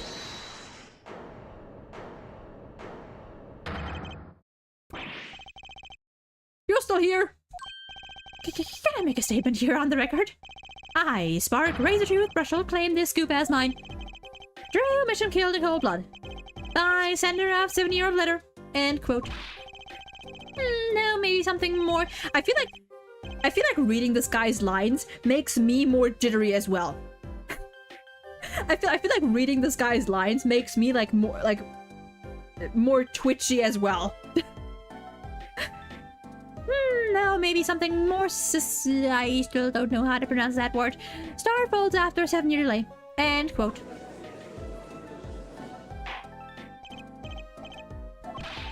I see no room for further argument here. Though I admit this is all coming as quite a shock. To think that the murder weapon reached his mouth after 7 years. Stamp his ticket straight to afterlife. End quote. Uh-oh, I think the witness is a bad influence on our judge. I see no need for further debate on this matter. The sender of that letter 7 years ago could hardly have been our defendant. Apollo, I think we just won. Very well, this court finds the defendant... Clavier. Objection! Of course. Number 4! 4 times in one trial! Is this the bright future of our legal system? Prosecutor Gavin. A ticket to the afterlife from 7 years ago. Tickets for Governor's shows are invalid after 2 weeks. But it doesn't make sense any other way. It boggles my mind that so many people haven't noticed this. There's a fatal contradiction in Herr Forehead's claim. He's going. A contradiction.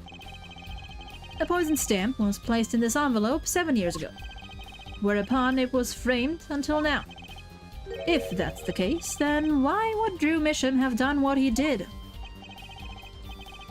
Emma explained that he must have realized it was poisoned, but yeah, why would he lick it? Therein lies the rub. 7 years ago, the forger, Drew Misham, sensed the trap and put the stamp in a frame. I do not debate this, but this begs the question, why 7 years later did he use that stamp on the night of the murder? Ah, surely you don't mean to suggest that Mr. Misham simply forgot. He put the murder weapon in a frame on his desk for 7 years and forgot. You expect us to believe he sprang the trap on himself? Ah. Monkey Polo.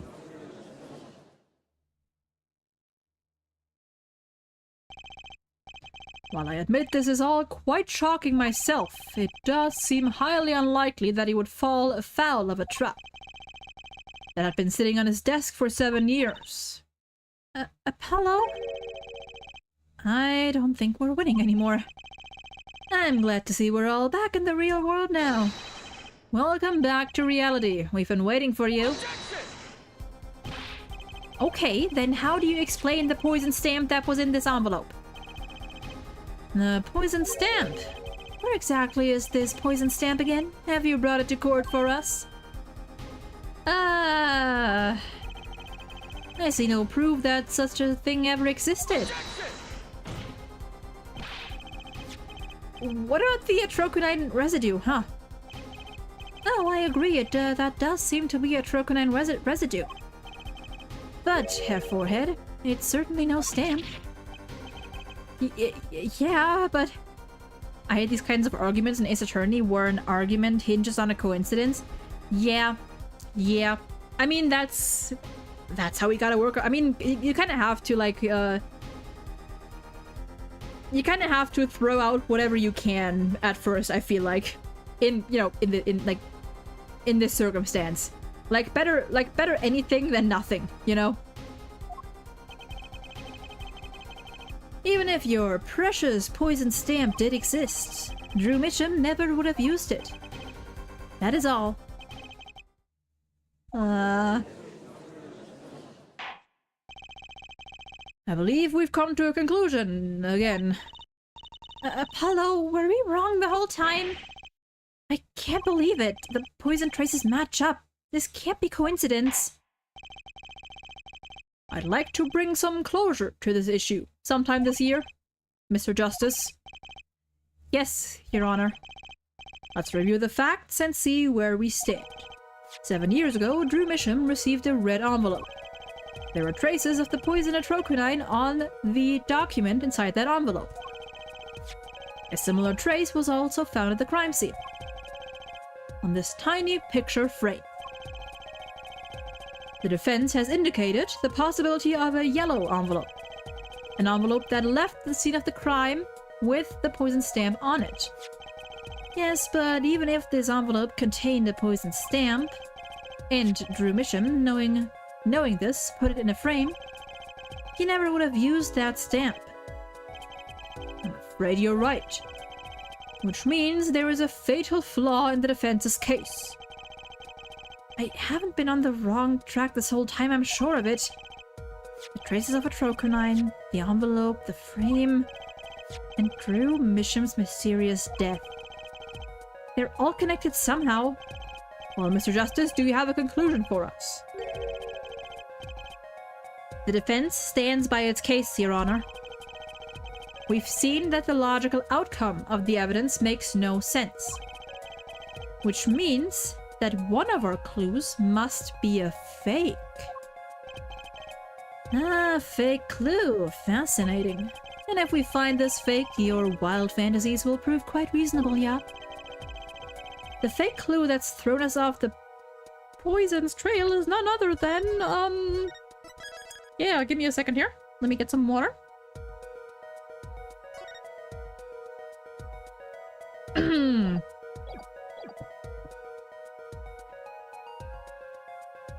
The fake... Okay, let's think about it. Let's think about it first. The fake clue that's...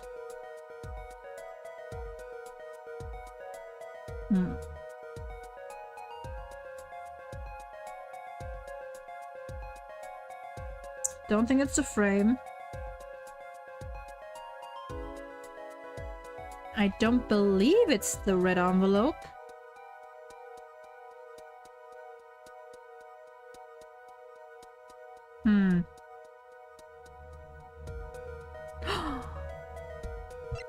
I think I remember. The victim was a fake clue. I'm afraid I don't understand. I'll explain. We have an envelope, a frame, and a mug linked by poison. That all makes sense. What doesn't make sense is the victim himself. Objection! Congratulations, you've completely lost me. So the fake evidence is none other than the master of fake himself, the forger. It makes a good story, I'll give you that. A fake clue. Fakes, forgeries. I know that face. That's the I just had an idea face. I don't know if I'm right, but I'm going with it anyway. That's the way. That is the right way. What if our forger is the fake? Come again? 7 years ago, our forger sniffed a trap and stepped aside. 7 years passed. Now the forger stumbles into that very same trap and dies. Why? That's what I want to know. Because the forger who was killed was a fake. Here we are again. The victim was a fake. One forger smelled the trap. One forger fell into the trap. That's 2 forgers, and one of them was a fake. Ooh, yeah.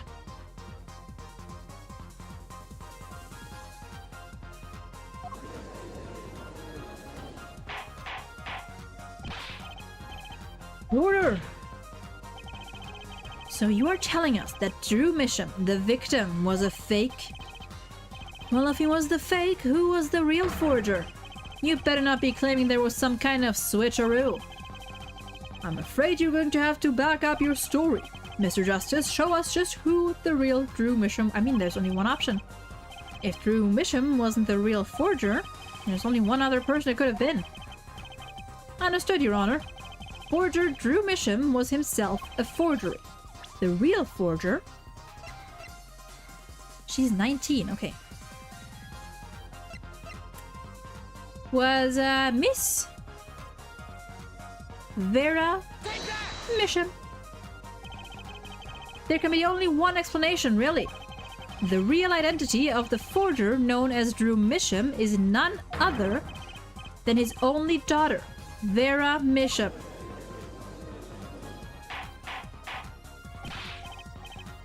Order! Clevy, welcome in. How you doing? Hope you're doing well today. Mr. Justice, this is going out on a limb even for you. I kind of agree. I mean... Never mind, that's my relatives leaving the house. Let me take a sip of water. Okay. I kind of agree. I mean, Vera a forger? Apollo accusing his client of crimes again? I mean, hey, at least he's not accusing her of murder. Let's consider it before you write it off entirely. If you look at the paintings in the studio, one fact becomes quite clear. Forgery had been taking place in that studio for quite some time. The forger wasn't caught in that trap 7 years ago.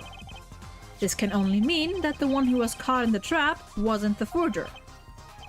Well, actually, that does make a certain kind of sense. One more thing. Only 2 sets of fingerprints were found in the forger's studio. Drew Misham's and Vera Misham's. Clavia's staying silent, okay. If we know that Drew Misham wasn't the forger, that leaves only one possibility by process of elimination. The forger was Vera Misham. Well, 5 times in one trial! My guy is going off! Fascinating. Is that a good kind of fascinating or a bad kind of? Vera Misham, you've been paying attention to the trial so far. Let's just ask her and be done with it, shall we? Who are you? Who is the forger Drew Misham?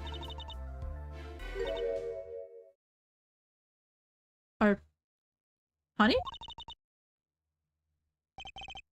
Was that an expression of emotion I saw on her face?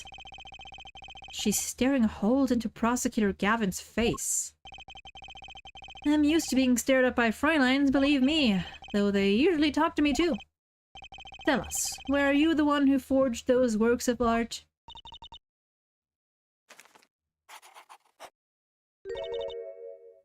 Yes. So the forger Drew Misham was you.